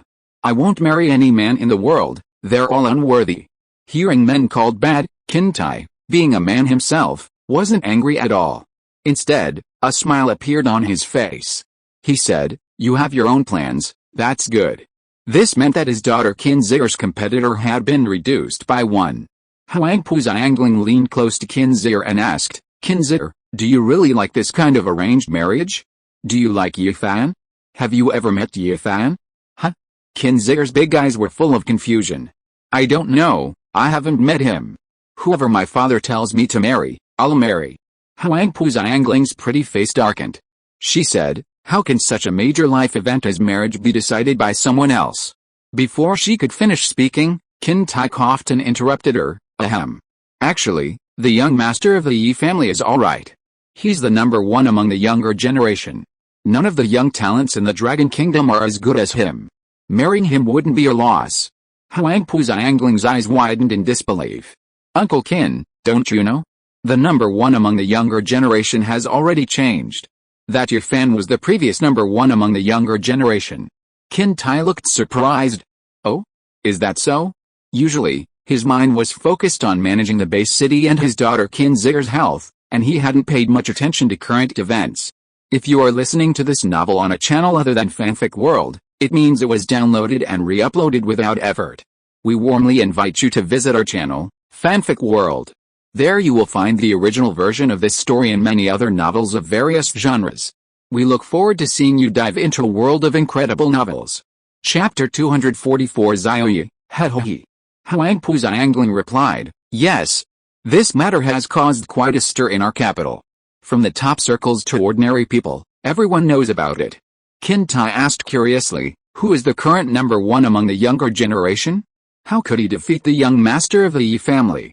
Huang Puziangling blurted out, "Actually, Uncle Xie has met him too. His name is Xiao Ye, and he's the groom at today's wedding." "The groom?" Xie's face fell. He had spent several hours that morning trying to suppress his daughter Xie's physique. He arrived a little late, and by the time he got to the city lord's mansion, the banquet had already begun. He hadn't seen her at all. A smile appeared on Mu Chang's face, his words tinged with pride, "Yes, that person is my Mu family's son-in-law. 2 days ago, the Yi family came to propose marriage, but Xiao Ye defeated the Yi family's young man, which made the Yi family's young man abandon the engagement." Xie looked around, puzzled. "Brother Mu, where's your son-in-law? Why don't we see him?" "Oh." Mu Chang took a swig of wine and said, "They went to the bridal chamber after the contract was signed. Don't you understand the ways of young people, Brother Xie?" Xie's lips twitched. "If I have the chance, I'd like to get to know him too." A hint of resentment appeared in the eyes of Chen Bingxi and the other two women. "That guy isn't finished yet, he hasn't come to the banquet for so long." On the other side, the villa where the Mu family's daughter lived. The interior decoration of the villa was very festive, all in bright red with a character, double happiness. The two returned to the villa, and Mu Kingsu rushed into the bathroom first, shouting, "Don't peek." Xiao Ye stood by the door, listening to the rustling sounds inside, thinking of ways to deal with Mu Kingsu's arrogant nature. Damn it, I can't even scratch my own skin. What's going on? Besides, we've already made a contract, and this girl won't let me touch her. What's with the high and mighty act? Does she really think of me as a tool? Tools have emotions and needs too. Xiao Ye pushed the bathroom door, only to find it locked from the inside. He couldn't open it from the outside. Hey, you tsundere, open the door. He called out. An annoyed voice came from inside. Damn it, don't even think about it. Xiao Ye shrugged. Fine, if she won't open it, she won't. He said, then hurry up, I need to use the toilet. Mu Kingsu snorted, I won't, I'll let you hold it in. Xiao Ye's temper flared. What did this girl ever do to him? They'd made a contract, and she still didn't know how to control her temper. Illusion-reality conversion, able to convert oneself and external objects into an illusory state. He raised his hand and placed it on the door frame. Illusionary spirit attribute factors surged out, and his innate skill came into play. A miraculous scene unfolded. The entire door and frame began to become transparent, ethereal, and finally disappeared completely. Xiao Ye's hand slipped inside, and the scene within came into view. Hey, little girl, I'm here. He let out a wicked laugh and darted inside. HMPH. You bastard, I knew you wouldn't behave. Mu Kingsu stood beside the vanity mirror, her pretty face smug, simply removing her light makeup to reveal her bare face. Even without makeup, her fair and delicate skin was undeniable. Xiao Ye's lips twitched. You're overthinking it. I'm just taking a piss. He calmly walked over to the inner toilet. Halfway there, Xiao Ye sensed something was wrong, stopped, and turned back. Standing beside Mu Kingsu, he complained, why did you take off your red cap by yourself? Mu Kingsu scoffed, I took it off because I wanted to. What, you're not happy about that? Xiao Ye's face darkened, his eyes sharpened, and he said coldly, Mu Kingsu, it seems you really don't take the contract seriously, and you don't respect me at all. Today, as your husband, I'm going to punish you properly and teach you a lesson. Seeing his figure getting closer and closer, Mu Kingsu's beautiful eyes widened. What are you going to do? Don't come any closer. Xiao Ye grabbed her by the collar and threw her into the underground training room, ready for a thorough one-on-one duel. Let's duel, little girl. Are you ready? Here I come. Xiao Ye's hands and feet were already itching for action. He aimed at Mu Kingsu's slightly perky breasts and struck. Slap. Ugh. Slap. Ouch. Slap. Hiss. You bastard, I'm going to kill you. Hiss. It was supposed to be a one-on-one duel, fighting in human form, but Mu Kingsu was no match at all. No matter how she dodged, Xiao Ye could accurately predict her trajectory. She discovered that every move Xiao Ye made hit her precisely. A few minutes later, her buttocks were burning with pain. Stop. I surrender. Mu Kingsu shouted loudly, I'll just put that red veil back on, honestly. Half a minute later, in front of the bathroom vanity mirror, Mu Kingsu angrily covered her face with a red veil, snorting, don't think I don't know what you're thinking. It's just a couple of tremblings. I accept the contract with you. Xiao Ye's face fell. You're too superficial. Xiao Ye, I'm a gentleman. Mu Kingsu's face lit up with joy. That's great. Xiao Ye changed the subject, saying, I'll be a gentleman tomorrow. Tonight I'll be a villain. Anyway, only the two of us will know. He then carried Mu Kingsu into the bedroom in a princess carry. The next day, Xiao Ye woke up groggily, his nose itchy, as if stimulated by something. Opening his eyes, he found a person with snow-white skin clinging to him like an octopus, a few strands of their hair getting into his nose. This little girl, she looks quite cute like this. Mu Kingsu is still asleep, her eyebrows furrowed but a smile on her pretty face, as if she were having a sweet dream. Xiao Ye sneezed, startling Mu Kingsu awake. He was slightly embarrassed and said, well, you can go back to sleep, it's still early. Mu Kingsu looked around, then looked down at her own naked body under the covers, and exclaimed, ah. She hurriedly ran away, wrapped herself in the blanket, and went to the bathroom. She still couldn't face Xiao Ye with a straight face. 10 minutes later, the two of them, dressed neatly, sat on the sofa in the living room. Mu Kingsu's pretty face was flushed, and her eyes looked to the side. Xiao Ye was giving her psychological counseling, trying to change her arrogant nature. His expression was serious as he said, Mu Kingsu, from now on, just say what you really think in front of your husband. Don't be stubborn and arrogant. Your husband won't laugh at you or belittle you. Remember, you and your husband have already entered into a contract. Mu Kingsu muttered discontentedly, you're just spouting nonsense. You said you wouldn't belittle me, called me flat-chested, and said you weren't interested in me. And what happened? Humph. Xiao Ye's face flushed slightly. And he couldn't hold back any longer. Hey, little girl, don't you have any self-awareness about whether you're flat-chested or not? I measured you yesterday, definitely not above an A cup. Mu Kingsu was a little embarrassed and glared at him angrily, thinking to herself, I'll make you look at me differently. Chapter 245 The Contrasting Heiress Mu Kingsu. Xiao Ye gestured with his hand in front of her, as if comparing something, and said, based on yesterday's experience, my conclusion is that your level can only be considered half A. Not even A, so, accept reality, you arrogant little girl. Mu Kingsu became even more annoyed, pounced on him, and bit his wrist. You bastard, you still dare to talk back? I'll bite you to death. Little girl, didn't you eat? Smack me harder. Xiao Ye used Invincible Golden Body, the already powerful body. After the skill is activated, the attack power is increased tenfold, and the defense power is increased tenfold, inheriting the mythical template Supreme 5-Claw Golden Dragon. Mu Kingsu almost bit her teeth to pieces, covered her mouth and took a step back in disbelief, saying, so hard. You bastard, are you made of iron? If you break my teeth, you'll have to pay for it. However, she was a little puzzled. Why was it normal when she bit him yesterday? Xiao Ye wiped the water off his wrists and asked in surprise, why does it smell like papaya? It's so strong, it's really pungent. How much did you eat? Mu Kingsu avoided his gaze. Who would eat that stuff? Don't slander me, I didn't eat any. Xiao Ye's lips twitched, and he kindly reminded her, once you're over 18, your body is fully developed. Eating more won't help. If you really care about your A grade, you can ask Dean Kunpeng for advice. She knows a lot about this kind of thing and knows how to develop again. If you want to ask her, I can help introduce you.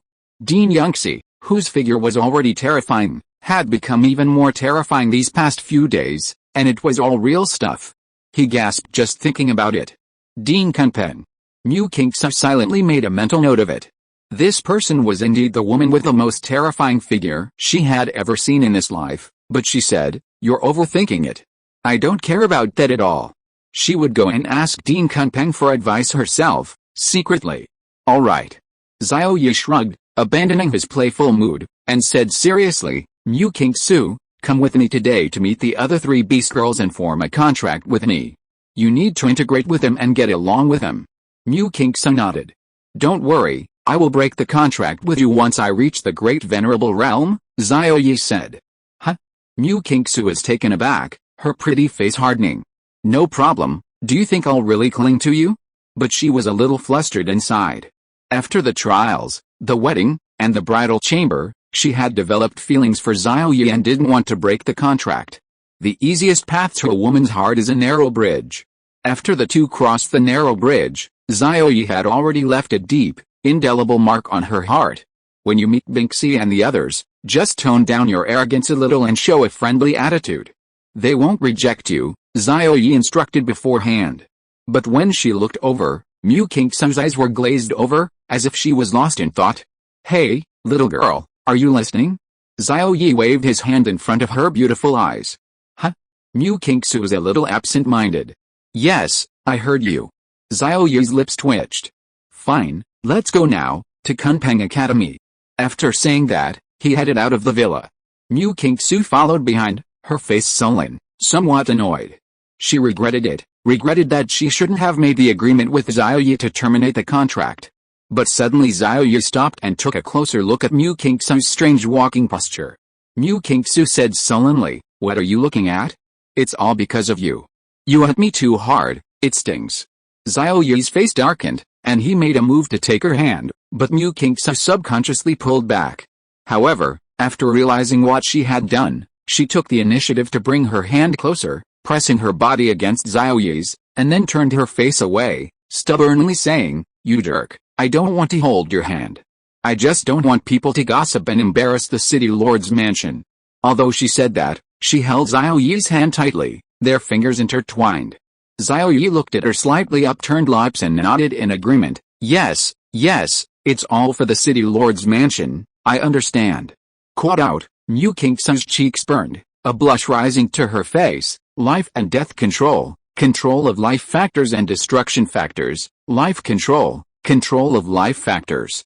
Life factors have powerful restorative and healing effects, and can increase lifespan, making people younger, bringing the dead back to life. They can also extract life forcefully from others, causing them to age and die instantly. Streams of life factors flowed from Xiao Ye's body to Mu Kingsu's body through their hands, then condensed on the swollen wound, quickly restoring the cell's original vitality.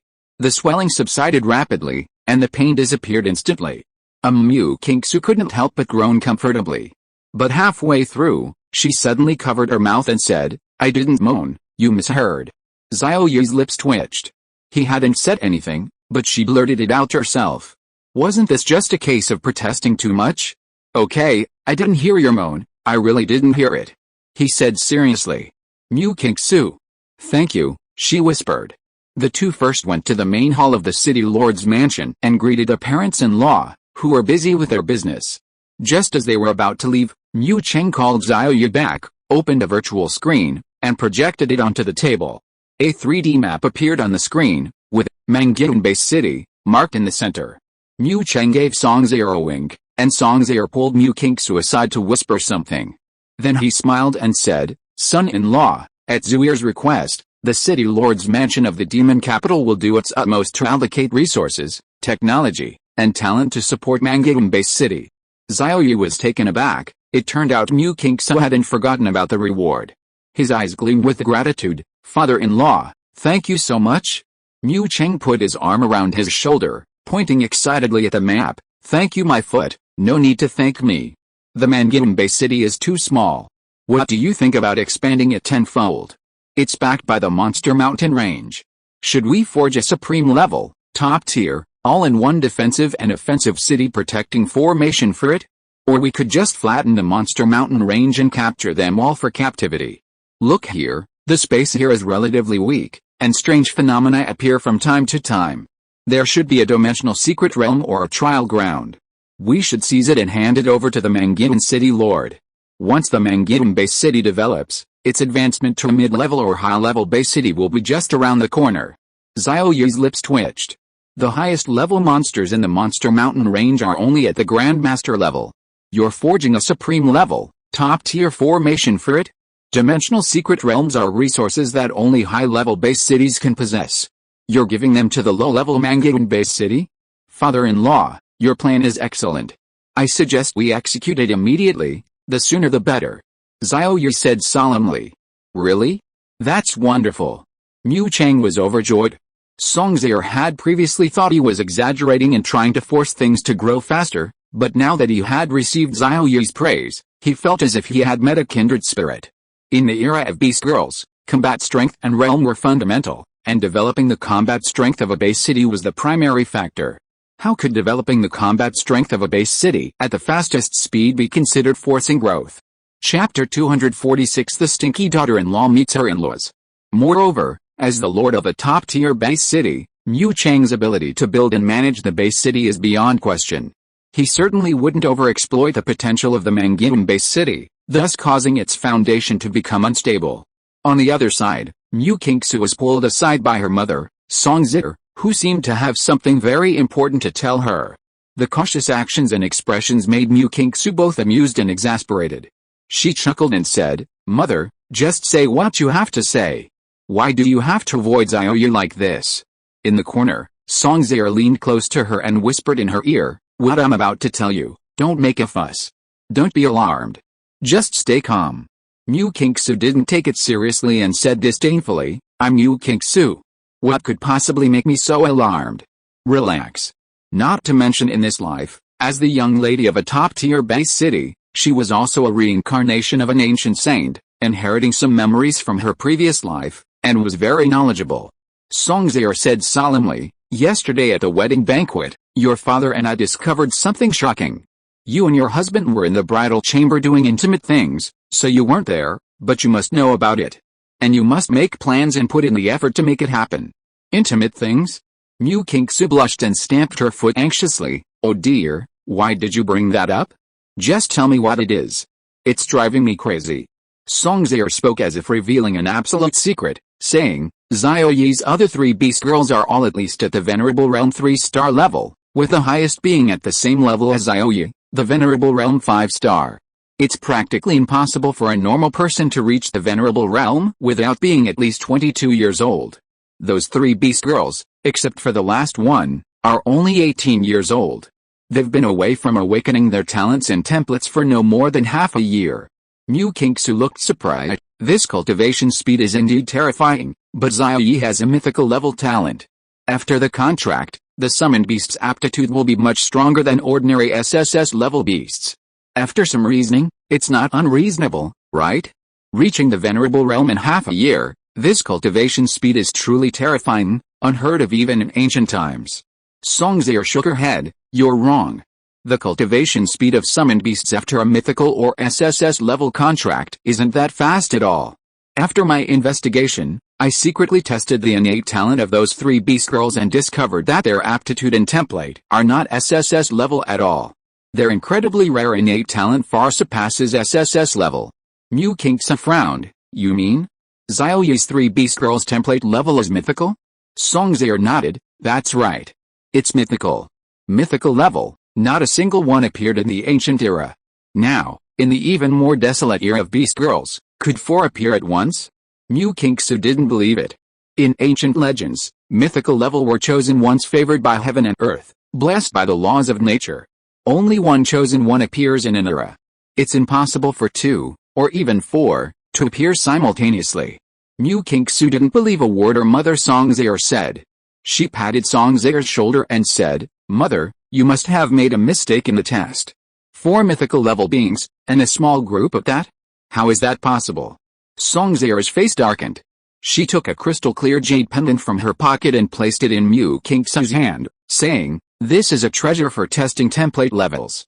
Just insert a single strand of the tester's hair, and it will give you a result. Of course, blood, dead skin, saliva, tears, and even athlete's foot will work. You'll see once you meet those 3 beast girls. Let me give you some psychological guidance first. You must firmly grasp this promising young man, Xiao Ye.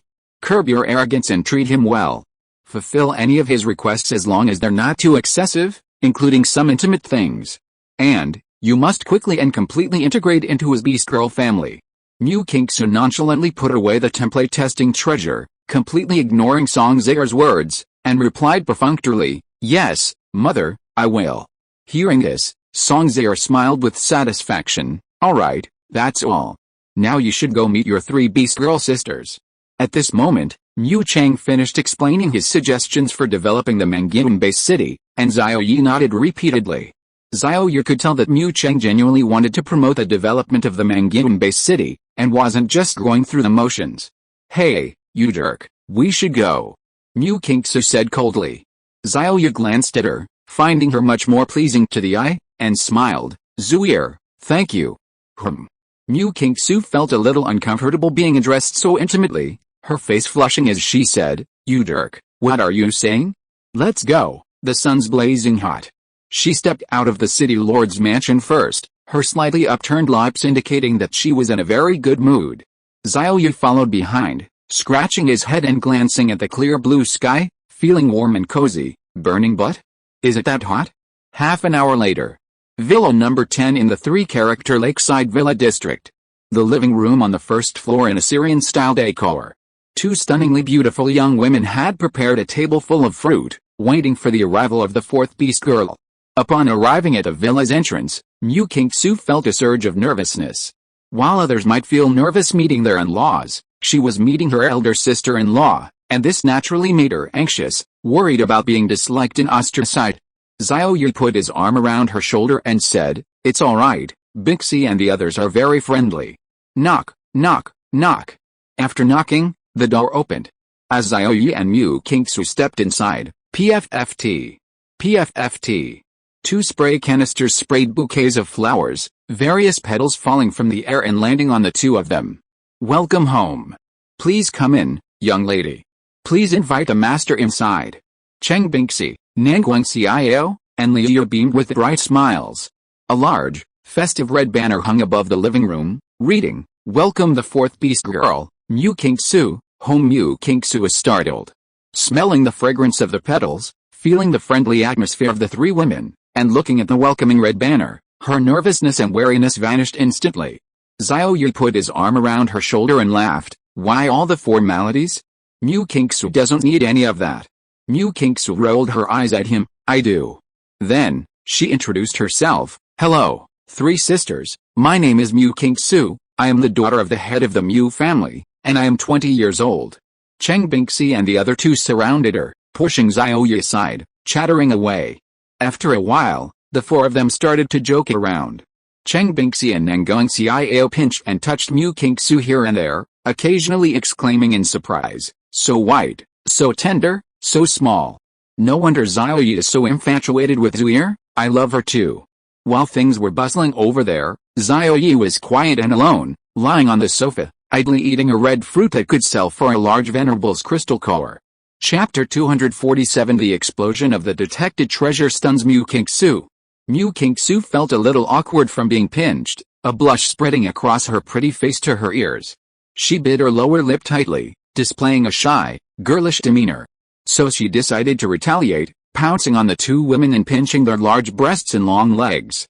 These three were in no way inferior to her in terms of looks, all possessing stunning beauty, but in terms of physique, these three beast girls were quite distinctive. The first wife, Cheng Bingxi, had exceptionally long legs. The second wife, Nangong Xiao, had exceptionally large breasts.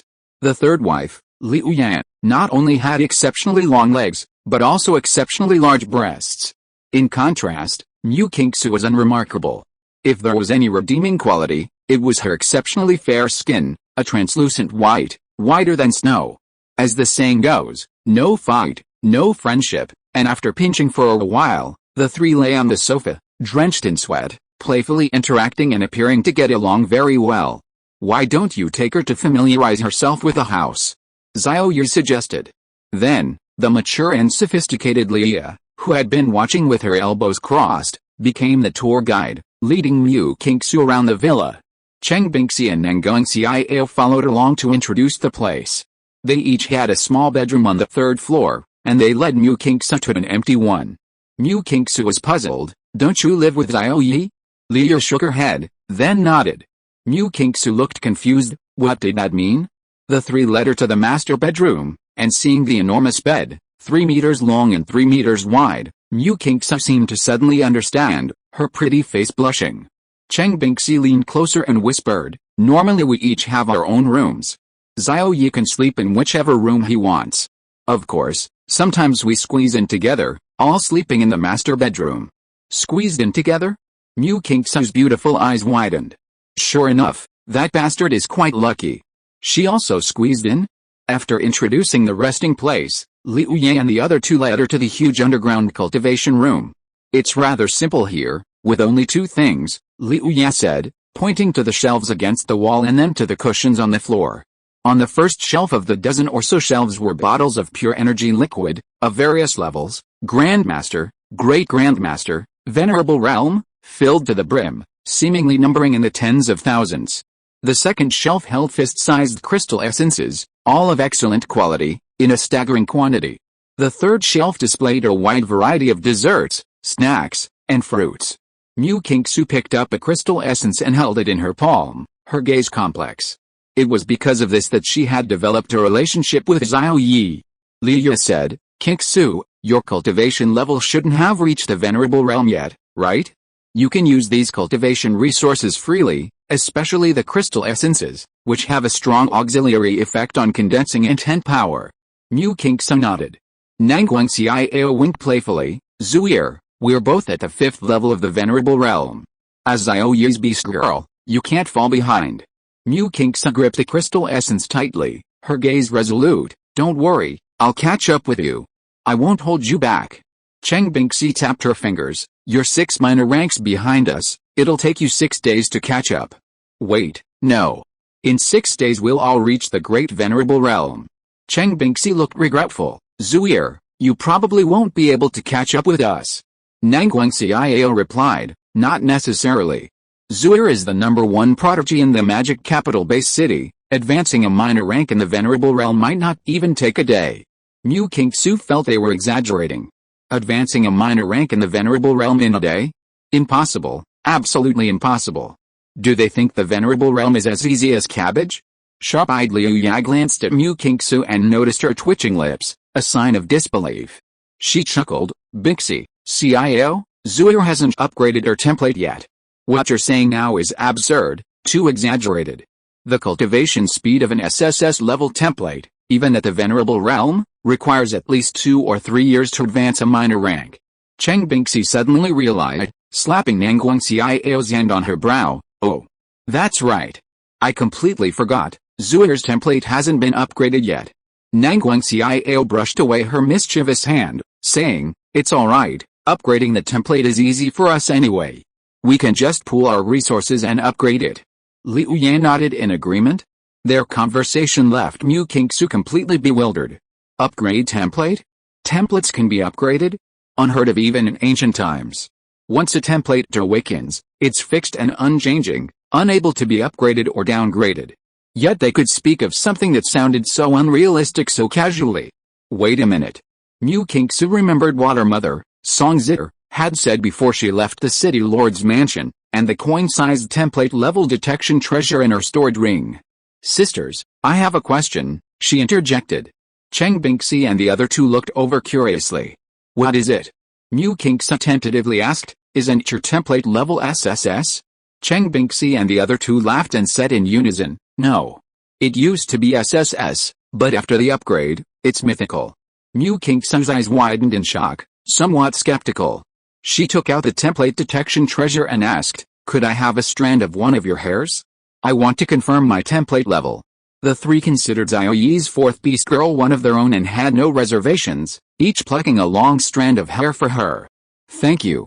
Mu Kingsu held the hair above the treasure, which released a suction force, drawing the 3 strands of hair in. Cheng Bingxi, Nangguang Xiao, and Liu Ya watched quietly from the side, also curious about what results this small, coin-sized object could determine. Since upgrading their templates, the 3 summoned beast stats had skyrocketed, but they had never retested their template levels. Mu Kingsu pushed the detection treasure's monitoring power to its maximum. The template detection treasure hovered in midair, radiating blue light. Just when the four thought the results were about to be revealed, the detection treasure trembled violently, spiderweb-like cracks appearing on its surface. With a crisp bang, the detection treasure exploded, shattering into fragments that shot out in all directions. Mu Kingsu swiftly collected the fragments, preventing them from harming the 3. Staring blankly at the smoldering debris, her eyes widened in disbelief. Mythical level templates. Only mythical level templates could exceed the detection limits of a treasure, causing it to collapse and explode. These 3 beast girls' templates were all mythical level. Hearing the explosion, Xiao Ye rushed down from the first-floor living room and breathed a sigh of relief when he saw the 4 were unharmed. He had assumed Mu Kingsu and the other 2 had gotten into a fight. Cheng Bingxi seized the opportunity to say, Xiao Ye, Zuir's template is outdated. You need to find a way to gather resources to upgrade her. Upgrade? Mu Kingsu looked over with a surprised yet expectant gaze. Her expectation burned with fervor. She desperately wanted her SSS-level time candle dragon template to be upgraded to mythical level. But Xiao Ye shook his head and said indifferently, upgrade my ass. This girl and I have an agreement that the contract will be terminated once she reaches the Great Venerable Realm. We only have a temporary contractual relationship. There's no need for me to put in so much effort for her. If I upgrade her and she runs away, wouldn't that be letting her off easy? Chapter 248, Revenge by having 3 big, fat sons. Mu Kingsu was completely stunned. Cheng Bingxi, Nangguang Xiao, and Liu were shocked upon hearing this, finding it unbelievable. It's actually possible? What's the point of holding a wedding if the contract is dissolved upon reaching the Great Venerable Realm? This, Kingsu, are you really just in a cooperative relationship with Xiao Ye, not a real husband and wife? Mu Kingsu's emotions were stronger than ever before. No, She was interrupted by Xiao Ye halfway through her sentence. That's right, there's no real affection between us, it's just a cooperative relationship. The contract will be dissolved soon. It was agreed upon before we signed the contract. He said. Actually, I'm also helping this girl, to appease her elders.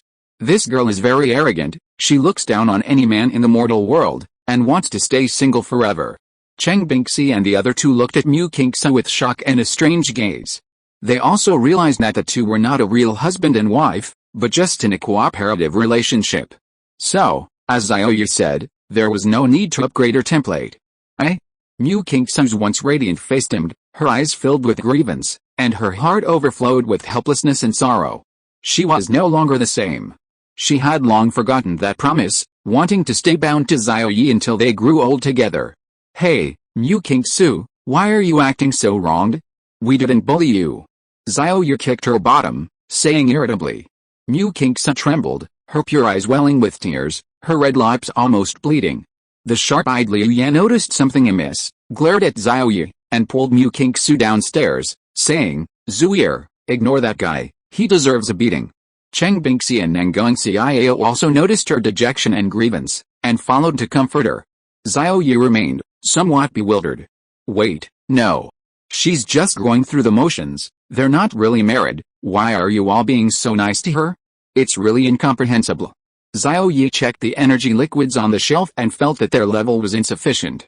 So he took out the rule-level treasure, the Zuan Huang gem, and the Grand Venerable Crystal Core to extract higher-level energy liquids. Mythical-level summoned beasts cultivate very quickly. In just a few days, the three women will advance to the Grand Venerable Realm. Now that all the cultivation resources are prepared at once, the three cultivation girls can cultivate continuously without interruption. One by one, Grand Venerable Crystal Cores were taken from the system space, extracted into pure energy liquid using the Zuan Huang gem, and then stored in small transparent bottles. First floor living room. On the sofa, Mu Qingsu, surrounded by the three women, sat with red eyes, somewhat restless. Seeing that Mu Qingsu is trying hard to hold back her tears, Liu Yan hugged her and let her head sink into the warmth of the fruit. She patted her back gently and said, cry if you want to, we won't laugh at you. Perhaps overwhelmed by grief, Mu Qingsu's heart softened at Liu Yan's comfort, and tears streamed down her face like a flood. She buried her head in the warmth, her body trembling, sobbing silently. Cheng Bingxi and Nangong Xiao exchanged glances, sensing something was off about her reaction. If they were merely business partners with no real feelings involved, why would she react like this, crying so heartbrokenly? This couldn't be faked. The three of them could feel the emotional turmoil within Mu Qingsu. This genuine outpouring of emotion couldn't be faked. After sobbing for 10 minutes, Mu Qingsu's heart gradually calmed down, and the feeling of grievance subsided.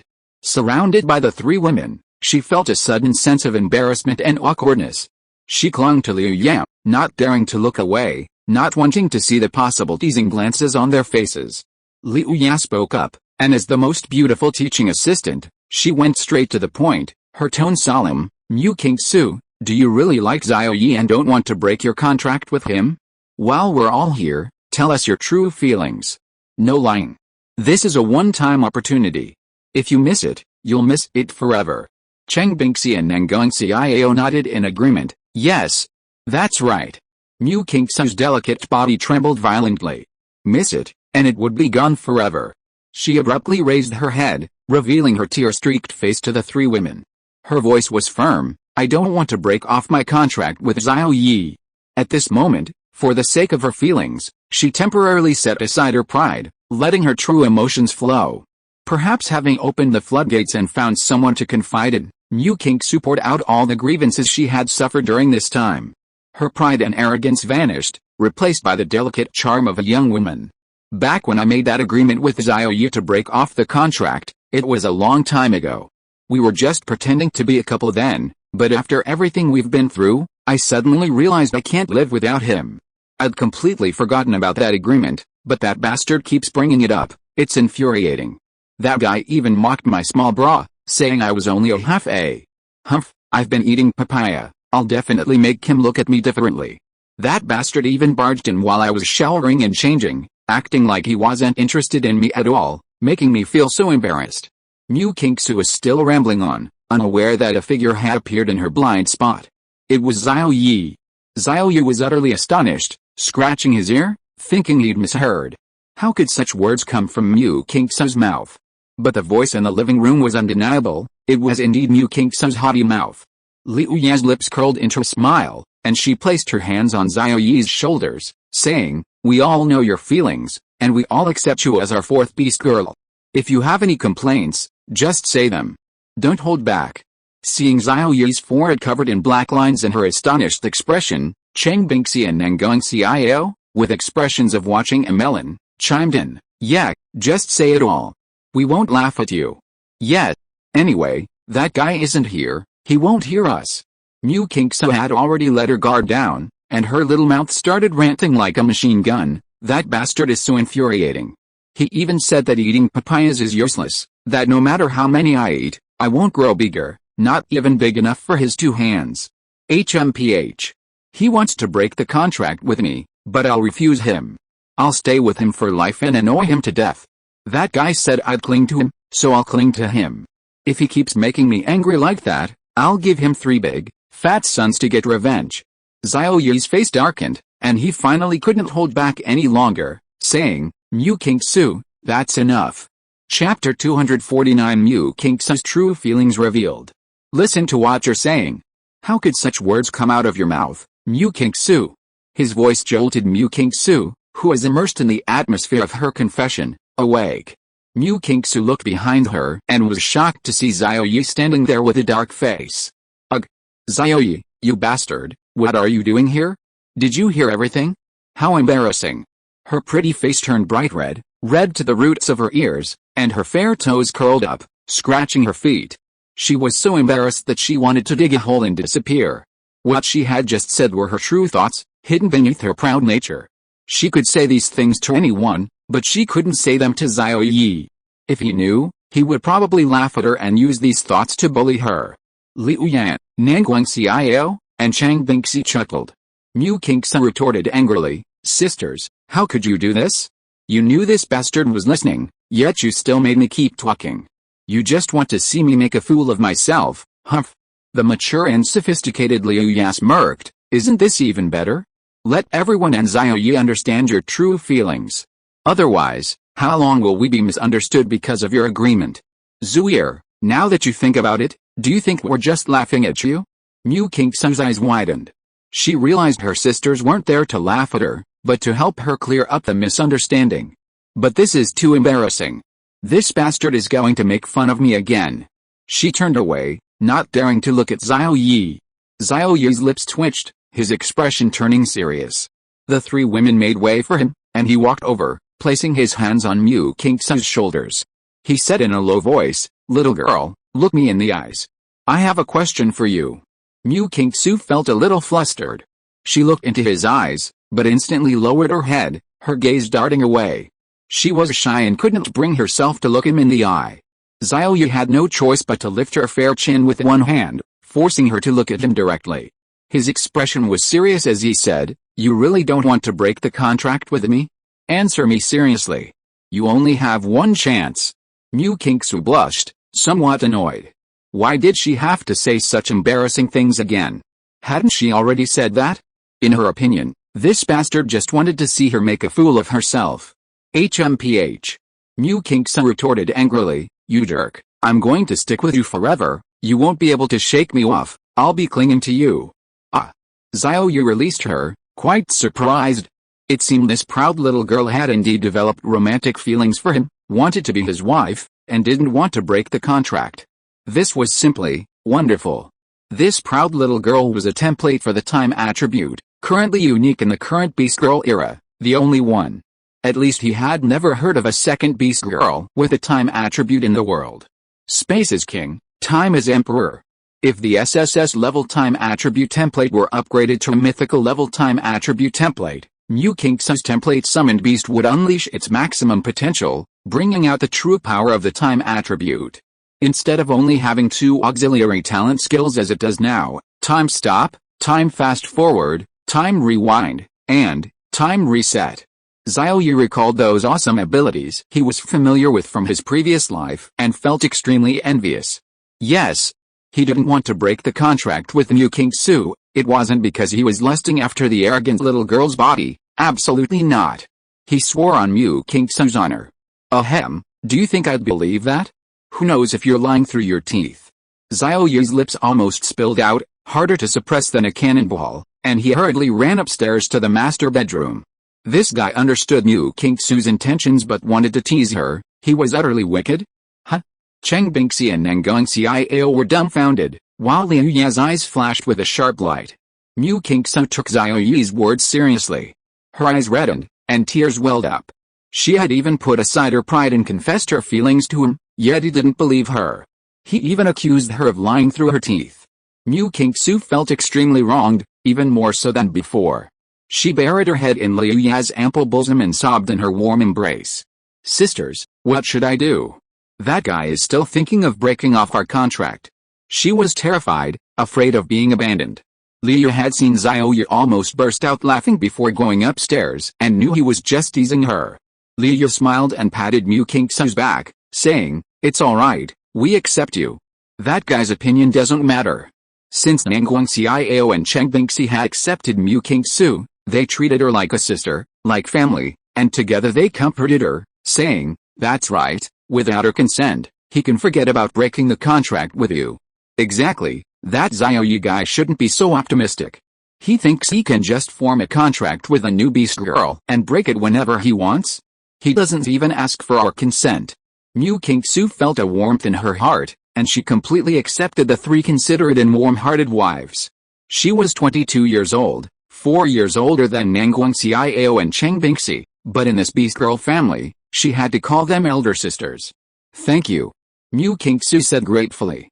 But then Mu Qingsu became distressed again, asking, "But what if that bastard won't believe me? What should I do?" She glanced down at her flat chest, then at her not so long legs, and said bitterly, "That bastard is right. Compared to you guys, I have no advantages in terms of figure. No wonder he didn't even give me a second glance when he came in while I was showering. Damn it. Why isn't it growing bigger? I've been trying so hard to eat papayas." Mu Qingsu hated that her flat chest was so disappointing, not automatically turning into a huge, ripe fruit. Suddenly, she remembered what Xiao Ye had said. She could consult Dean Yangxi of Kunpeng Academy and ask her for advice. Dean Yangxi was the dean of the academy, teaching and nurturing students. If she went to ask her, she should be able to impart her knowledge and answer her questions, right? Seeing Mu Qingsu's disappointed and frustrated expression, Liu Yan, Nangang Xiao, and Cheng Bingxi were dumbfounded. Liu chuckled, "These things can't be forced, but if you want Xiao Ye to accept you, I have a way." Mu Qingsu's beautiful eyes lit up. "What way?" Liu leaned closer and whispered a few words in her ear, and Mu Qingsu's pretty face immediately turned red, her eyes filled with shyness. Do I really have to do this?" she stammered. "But this is so embarrassing." Liu took out a bottle of blue signature liquor and smiled, "The Maid Tavern's prized possession, one drink and you're gone. Do you understand what to do?" Mu Qingsu nodded, deciding to go all out, and resolutely opened the bottle. PFFT. The bottle cap was flicked off by her fingers, and she gulped it down. Hiccup after finishing the whole bottle of one drink and you're gone, she hiccuped, her vision blurred, and she swayed, saying, "Sister, help me over quickly, I'm getting drunk." Liu led her to Xiao Ye's master bedroom and locked the door from the outside. Clapping her hands, she laughed, "Done." Cheng Bingxi and Nangang Xiao frowned. "Sister Liu Yan, will this really make Xiao Ye believe her?" Liu chuckled. Xiao Ye never distrusted her, he was just teasing him. That guy should be secretly happy. Cheng Bingxi and Nangang Xiao suddenly realized Xiao Ye was too wicked. However, neither of them thought Liu Ye's idea was excessive. The two in the master bedroom had already entered into a contract, so consummating their marriage was perfectly normal. After all, they were newlyweds. Chapter 250 Yunbing is in trouble. While still half asleep, Xiao Ye felt someone crawl towards him like an octopus. In the dim light, he measured the person's size and was somewhat surprised. When had Cheng Bingxi become so flat? However, seeing the person's frantic appearance, Xiao Ye thought this person resembled Nangang Xiao. The next day, Xiao Ye was shocked to discover that the person who had acted so frantically was actually Mu Qingsu. In the first-floor living room, everyone sat around the table. Except for Mu Qingsu, everyone's faces were gloomy, their moods were very unpleasant, and their eyes revealed deep worry. Because just now, Xiao Ye received devastating news from Vice Dean Yunbing. "Yunbing, something had happened. Yunbing has had an accident. You all need to prepare to see her one last time. Especially you, Xiao Ye." Yunbing wanted to say a few words to you before she died. This was the message sent by Yunzai. After reading it, everyone lost their appetite for breakfast, their faces filled with sorrow as they prepared to see Weistin Yunbing later and properly say goodbye to her. Liu Ye's eyes were filled with grief and indignation.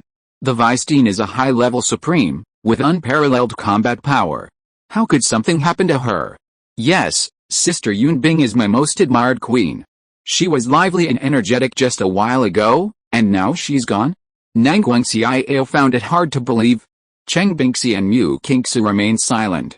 Xiao Ye's brows furrowed into a deep frown, his face filled with sorrow and a profound sense of guilt. Perhaps, the bad news about Sister Yunbing was related to him. As far as he knew, after he told Weistin Yunbing the conditions for repairing the template, she resolutely decided to go to the chaotic space to condense and obtain the fragments of special rules. What kind of place was the chaotic space? Extremely dangerous. A place where the slightest carelessness could lead to certain death. There, life was as thin as paper, easily torn apart. Sister Yunbing's accident could only have happened in the chaotic space. But what Xiao Ye never expected was that Weistin Yunbing was about to die suddenly, almost gone. Xiao Ye found it hard to accept this fact about his mentor who had taken care of and taught him. Time rewinds to one day ago. Young Xie snorted coldly. After leaving the wedding venue, she didn't attend the banquet and headed straight for the chaotic space. The chaotic space, as the name suggests, is an extremely unstable and overlapping space with chaotic laws, making it extremely dangerous. Such special spaces are generally located deep within Shenangjia, at the bottom of Mount Tai, at the heart of Mount Everest, deep in the Pacific Ocean, deep within the Crimson Rift Valley, and so on. Legend has it that at the chaotic space's gateway, one can travel to parallel worlds. The chaotic space Yangtze headed for was a folded space deep within Shenangjia. Shenangjia itself is shrouded in mystery and fraught with danger. Once inside, one is susceptible to miasma, and without proper protection, there's a high probability of getting lost and suffocating. Not to mention, it contains numerous special types of magical beasts. The deeper one goes into Shenangjia, the more treacherous the environment and the more ferocious and violent the beasts become. Whoosh! Yangtze was enveloped in a special shield and directly entered the miasma of Shenangjia, ignoring all the magical beasts on the surface. Soaring rapidly into the depths of Shenangjia. After traversing most of Shenangjia, a massive special rift appeared ahead, surrounded by special storms and endless special blades. If the low-level supreme being were here, they might be obliterated by the special storms. Buzz! A deeper level of special power surged from Yangtze's body, directly suppressing dozens of special storms. But as soon as these storms disappeared, new ones continuously emerged from the massive special rift, filling the surrounding void, and the area was once again filled with special storms. Ignoring these special storms, Yangtze plunged into the special rift. A flash of white light. She arrived in another space. Here, there was no light, no air, no gravity, no land or sky, only endless chaos. Spatial storms, even more violent and intense than before, raged. Spatial turbulence surged everywhere, and endless spatial barriers appeared and disappeared repeatedly. This chaotic space was filled with the violent Taoist aura of the spatial laws. Yangtze frowned. The danger here was far greater than she had anticipated. She sensed the surrounding spatial storms and turbulent currents, the weakest being at least a mid-level supreme combatant, most at a high-level supreme combatant, a few at a top-level supreme combatant, and a very small number at the quasi-saint level. Moreover, she faintly sensed a sense of oppression within this chaotic space, indicating the presence of something even she feared. She was a quasi-saint at the peak of her cultivation. She could easily defeat Yunbing with one hand. In this chaotic space, Yunbing could lose her life with the slightest lapse in concentration. Yunzai grew anxious, sensing the connection between her and Yunbing's bloodline, and quickly sped off in one direction. That faint connection, seemingly present yet elusive, appeared as if it were about to sever. This meant that Yunbing was about to die, or was already dead. Yunzai's heart sank, and endless worry flooded her face. Deep within this chaotic space, a graceful body, shrouded in dark, bloody mist, lay suspended in midair. Spatial storms raged around her, scraping across her and leaving trails of bloody mist. The body remained unresponsive, like a corpse, seemingly lifeless. Whoosh! Yangtze unleashed the full power of a quasi-saint at the peak of her cultivation, charging towards this location. No special storms, spatial turbulence, or spatial barriers could hinder Yangxi's progress or slow her traversal of the chaotic space. If it weren't for the disordered and chaotic nature of the spatial nodes, constantly shifting and preventing the use of spatial jumps, Yangxi would have already used spatial teleportation to travel. The mysterious connection within her bloodline finally intensified, and a scene that filled Yangxi with unbearable grief and indignation appeared in her vision. A massive spatial turbulence, comparable to that of a quasi-saint, crashed towards the unconscious body in midair. Boom! Yangxi couldn't catch up at all and could only watch helplessly as the unconscious Yunbing was struck by a quasi-saint level unconscious attack. As the deafening sound rang out, a cloud of blood mist tens of meters high erupted from the body. Plop! Yangxi instantly leaped dozens of miles, finally arriving. She embraced the dying Yunbing's body, tears streaming down her delicate cheeks and white chin, falling onto the dark, blood-soaked Yunbing. She quickly set up defenses around them. Sensing the impending death, Yangxi placed her hand on Yunbing's chest, desperately transferring her life essence to her. The two were twin sisters, born of the same blood type. With Yangxi's help, Yunbing seemed to experience a final burst of energy, miraculously opening her eyes. But the first thing Yunbing checked after opening her eyes was the two special rule fragment crystals in her hand. That's right, in a short time, she had risked death to condense two fragment crystals. Upon discovering the two crystals were still there, a genuine smile of joy appeared on her face, which was covered in black blood. She said, "Sister, you're here." After saying this, her raised hand fell limply to her side, and her eyes, which had just brightened, dimmed and lost their luster, leaving only that smile on her face. Dear readers, please be patient, this is the female protagonist. End of this chapter. Thank you so much for reading until the end. Don't forget to give it a like. Looking for more exclusive content and immediate access? Subscribe to our Patreon. Remember, every like, subscription or donation encourages us to continue. Thank you all, see you in the next video.